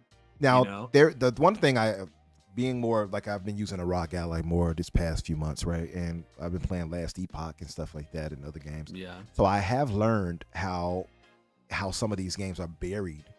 100%. By Steam's UI it is rough. I will admit. Just like finally messing around with the Steam UI and everything, it is kind of convoluted. And you look at Xbox, it's night and day. Like, it's so easy to find typically what you want on Xbox versus that. But there are so many more games on Steam too, to be fair, and other things outside of games just on it. But it is, I do get what your point is on that. But there is a Steam, they can streamline a lot of that for one. Two, even if they don't, even if they don't streamline that rather, it's still I think it's a beneficial thing for Xbox gamers. Now, again, when you say what would be to use, third-party games. That's the biggest point. The biggest point of contention is that we get all those games that have been skipping. So it immediately alleviates that stress where people were like, oh, we're feeling like second-class citizens because all these games are skipping us while we're putting our games elsewhere. That's immediately rectified with those third-party games. Now, us getting them, however, by hook or by crook, we're getting it by a workaround factor where you don't have to pay for Steam to access it. You just have to pay for that game. So I think that solves that in a lot of ways. They can even go further than that and implement Steam somehow, maybe pay Steam, Microsoft themselves, pay Steam and as far as a membership thing to add it into Game Pass. Like maybe this implementation they can do with that. Is Epic as well. Epic would need to help more than Steam would, obviously, but not that Epic needs help. They're rich too. But as far as them being left behind compared to Steam, there are so many more ways this can be done. I haven't really put my mind to it, but the first thoughts that immediately pop in mind that are alleviated is third-party stress. That stops right then and there, because now we have, not only do we have access to the games that skipped us, we have access to that are PC specific games now that they can figure into us playing on Xbox. You know what I mean? And that's really good for us, right? And I agree with that. Like, and that's awesome for the consumer. But it's bad for Xbox, because now you're just going to buy all of your games on Steam, and then they're having to give up a huge cut of every profit to Valve. But think about it this way: those are profits they would never have gotten. You see what I mean? So it's not really a problem for them. Because you're talking about, for the games that wouldn't have been ported to Xbox, you're making some money as opposed to, assuming that they get a cut, which, to be fair, if I'm sure they put would. Steam on the Xbox, there's no way to know for sure. I would hope that they would, but there's no way to know for sure if they would. I'll put it to you like this. Now, that greed has no bounds. We agree there, right? Yeah. So capitalistic things lead to that. So I can understand what you say when you're saying that. However, They're like, I had a buddy of mine was saying, well, there's Steam. Why would they do it? Because you get more money. So it's that's automatic for Steam. It's the exact same thing as Xbox putting Game Pass on PlayStation. It's Yeah, like, exactly. we'll get more money over there. 100%. That's what he was arguing, though. I just want to kind of highlight that. So he argued that, but I wanted to make this point really quick. So he was saying that. So it's a net plus for Steam already. If they're getting more money, and they have great relationship with Microsoft already. Now Microsoft might take some L's here when it comes to that, but they gain more in the back end of that. And the reason why I say that is because sure, you could possibly figure out that they might have to pay Steam to implement this, right? It's possible. I'm guessing that might be the case. But you gain such a boon to your ecosystem saying, we have this. PlayStation doesn't have this. You can't play Steam games and stuff like that, and Epic games and stuff like that on PlayStation. And now people might say, well, we're getting all those games anyway. No, there are some games that are PC specific that are not on any of these consoles. That's true. So there's that. Now, profit-wise, again, I think Microsoft might take a bit of a loss there to some degree. But again, I go back to there are games that we never would have gotten regardless that they now profit from because it's sold and shared through both of these partnerships. Right. And I think that's a really good point. And I agree with you. Yeah. It's that. So yes, any game that wouldn't have come to Xbox anyway, you're making some money as opposed to if I'm Microsoft, right? I'm making some money as opposed to no money on those games. Yeah. That's great. That's awesome. The problem that I see with that is that number one is then the third-party developers are going to port less and less games to the actual Xbox store, which means now instead of getting a huge chunk of all of them, like instead of getting my 30% or whatever for all of those games that sell on Xbox, I'm going to get almost certainly less, because you're not taking 30% and then giving 70 to Steam, because it's going to be Steam's going to get however much amount, the developer's going to have to get some amount, and then whatever's left is going to go to Xbox. So like they're getting less money across the board, and that's going to happen to less and less games. And people like to have all their games in one place. So now it's going to also become the thing of like, well, why would I even buy my Xbox games on the Xbox store if I can buy them on Steam and it'll be in my library with all my other games? They can circumvent that though. Remember now the whole, there was a rumored thing about like, okay, I'll highlight somebody recently who was quoted as to having developed this software. Let me find the name of it really quickly before I go anywhere with this. Give me one quick second. What was it? It is called, where is it? Give me 1 second. It's called Play Night. So Play Night is a software. It's a video game library manager, right? Now, shout out to our brother Idle Sloth. Idle thought that because K posted about it. K Asante, shout out to my brother. He posted about how he had implemented Play Night into his ROG Ally and the Z1 or whatever, and the Lenovo and all that. Like you can implement Play Night software manager, video game library manager rather, into these devices, which I might do for the ROG, maybe, I don't know. But I'm definitely going to do for my PC. So it streamlines everything to allow you to switch between Epic to Steam to Xbox to whatever, to even to your emulator games, emulated, whatever. Storefronts, I don't want to call them storefronts because anyway, I don't want to get to that, but you know what I mean. They to the emulated portions of what you have on your digitally or whatever to your on your PC or whatever. So there's a way around that where they can implement a software like that into the Xbox where you can easily access all of these games that you own just as if you bought it on Xbox alone. You know what I mean? Sure. There are tons of ways around that.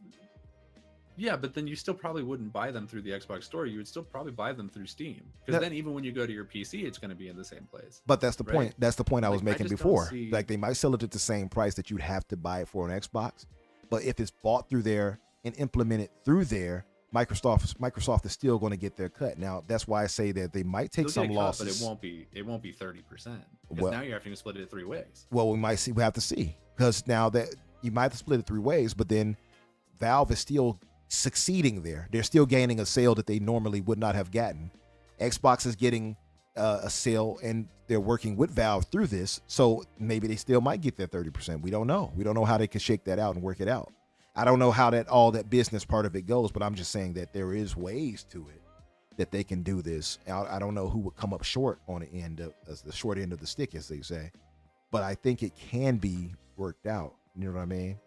And like Riskit said in the chat, my brother Risky says Steam has access to 50 million more players off the top through Xbox. No, yeah, it's alone. good for Steam. Yeah. It's not good for his Xbox.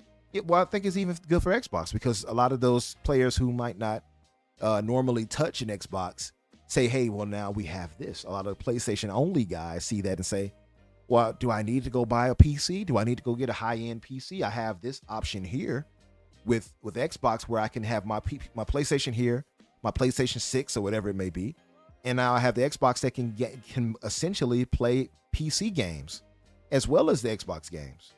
If we get used for Game Pass and for Steam and Epic, like there's a win here. You know what I mean? Like I do get the hurdles that they have to get over, but I think there is a room for a win here if they can implement this.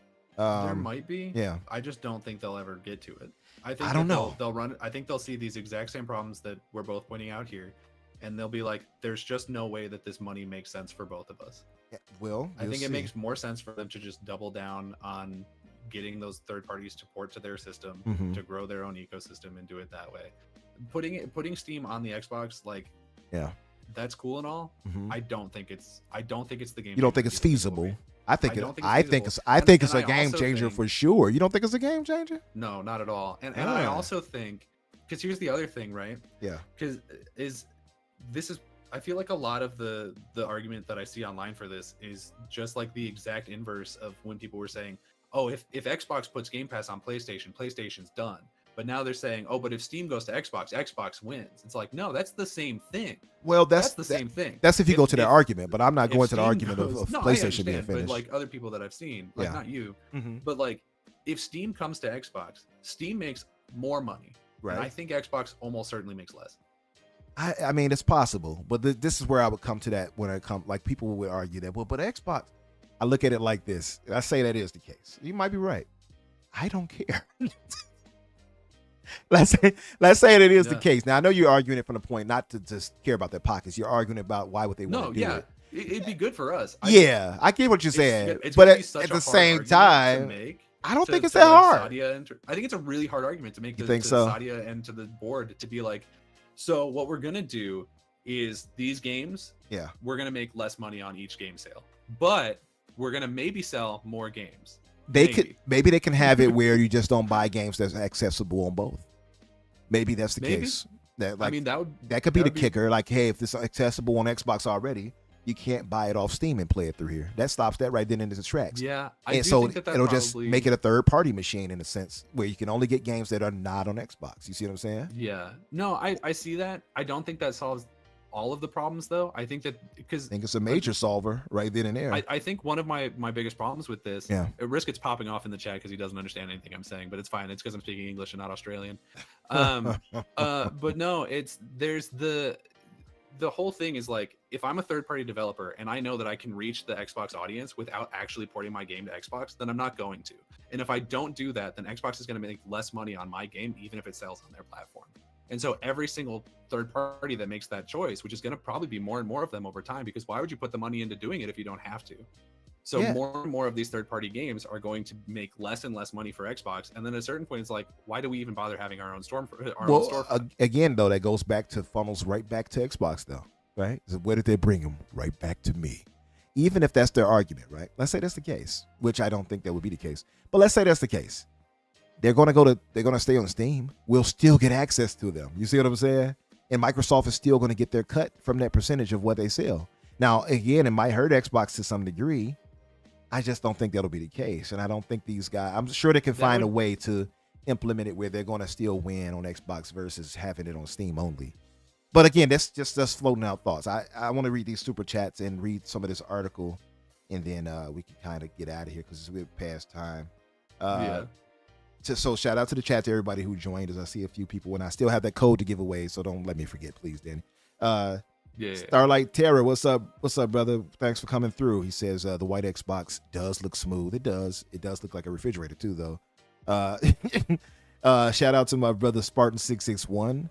He gives a generous $4.99 donation. He says, I'd like to have at least 2 memory card slots. I don't want to change it out multiple times. I can, but I don't want to. Give me more slots. We all want more slots. No. Gross. Get out of here. I feel like just give me Canceled. I got canceled for the sources already. But I feel like give us a high enough terabyte. Like if they give us, well, I guess they can't go too far. The prices will skyrocket. But give us a 2 terabyte internal. I think we'll be fine. These games are getting crazy out here about how much it takes. I looked at Call of Duty the other day, and it was like 200 something gigabytes. I'm like, I'm about to delete this just off principle off my Xbox. It was ridiculous to see that. Yeah. But yeah. So Risk It, my brother from Australia, my brother from another, he gives a generous Australian dollar due of $7.99. He says, Daniel, the players they're capturing won't have PCs. Steam will pay either a cut or rent that offsets the loss. And I do agree with that. What's your thoughts on that? Yeah, they'll have to pay a cut. It won't offset the loss. There's no chance. There's absolutely no shot. And I'm reading the rest of the things that Riskit has said here, and he's saying they're shedding the shackles of us. They just want to become a publisher. And it's like, okay, so what you're arguing for is the death of Xbox. You're saying it'll be better for us if Xbox doesn't exist. I don't know if that's the case. That's what that argument is. How about this? They should just stop. How about this? Because Riskit extends a welcome to you. He says, Danny, come to TIP this week to the Infinite Podcast. You know I can't. I work Fridays, bud. Yeah, he said he will correct your thinking. He's going to give you the re-education. You can't come through.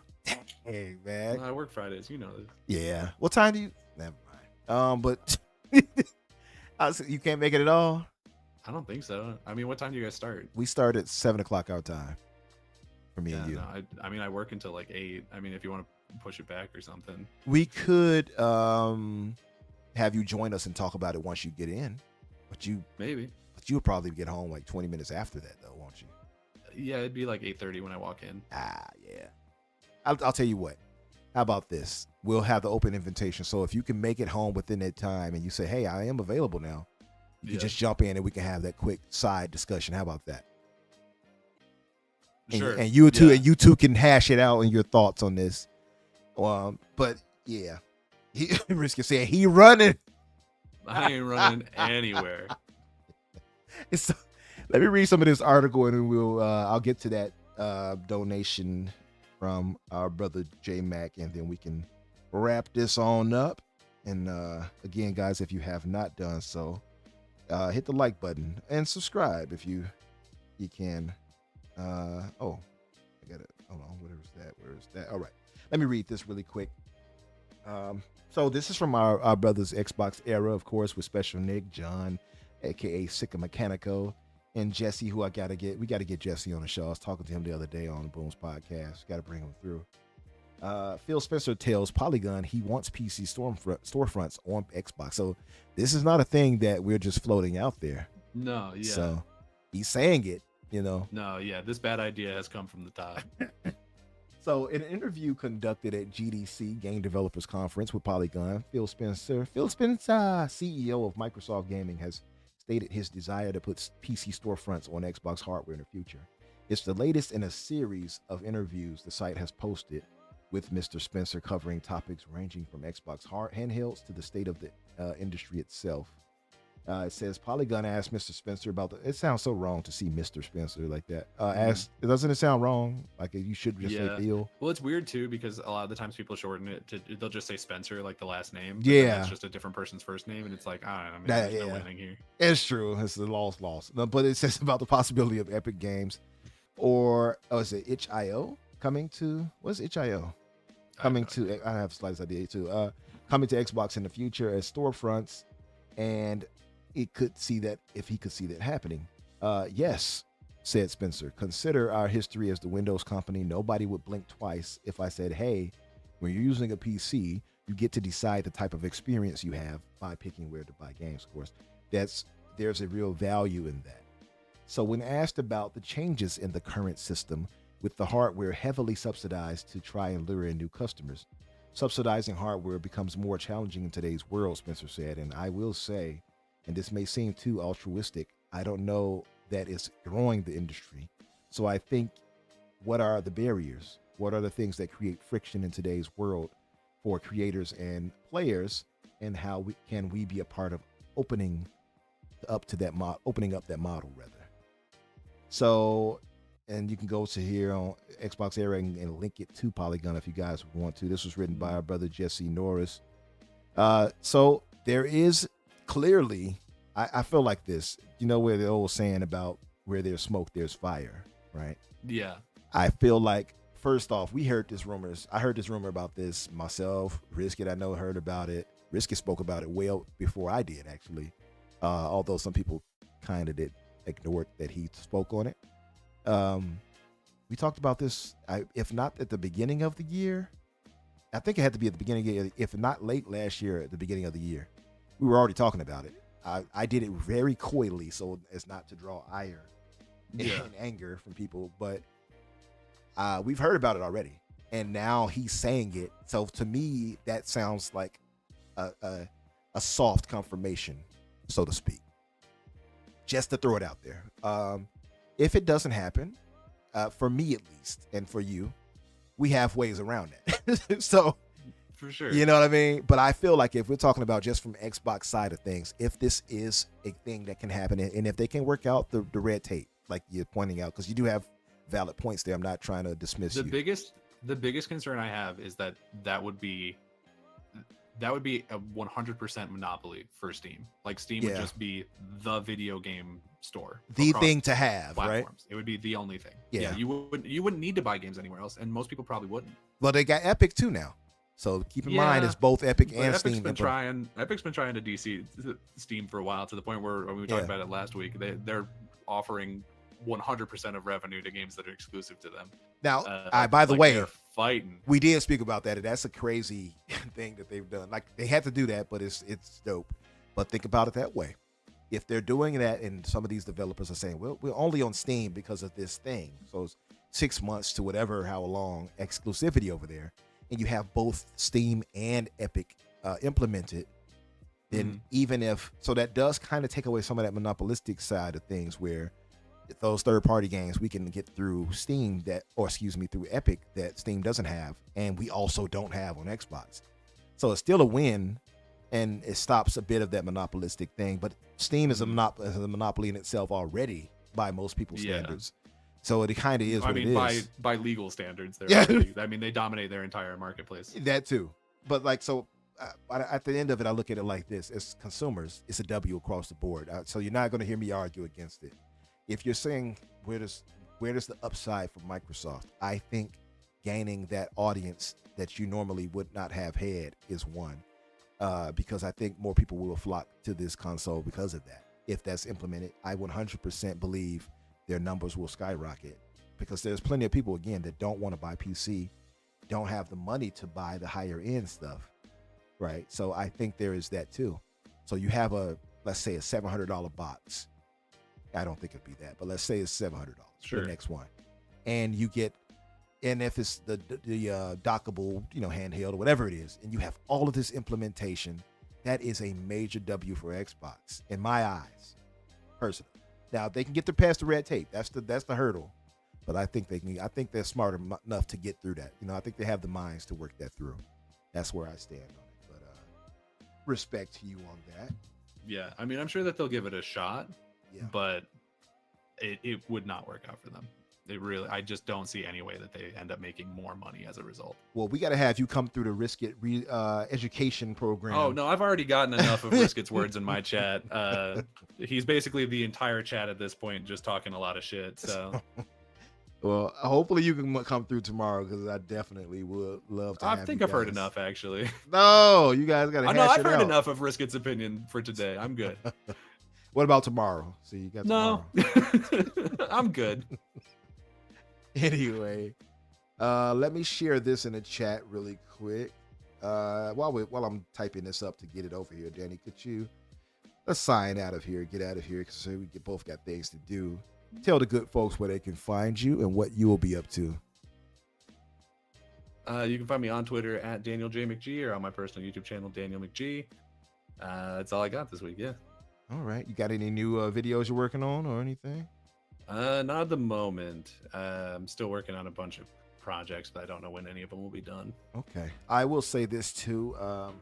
Now I know you were talking about the whole MMO thing, where if I let you know about that, like, hey, you got me. Yeah. So I want to throw this out there to you and to the chat. Like, I want to open us up.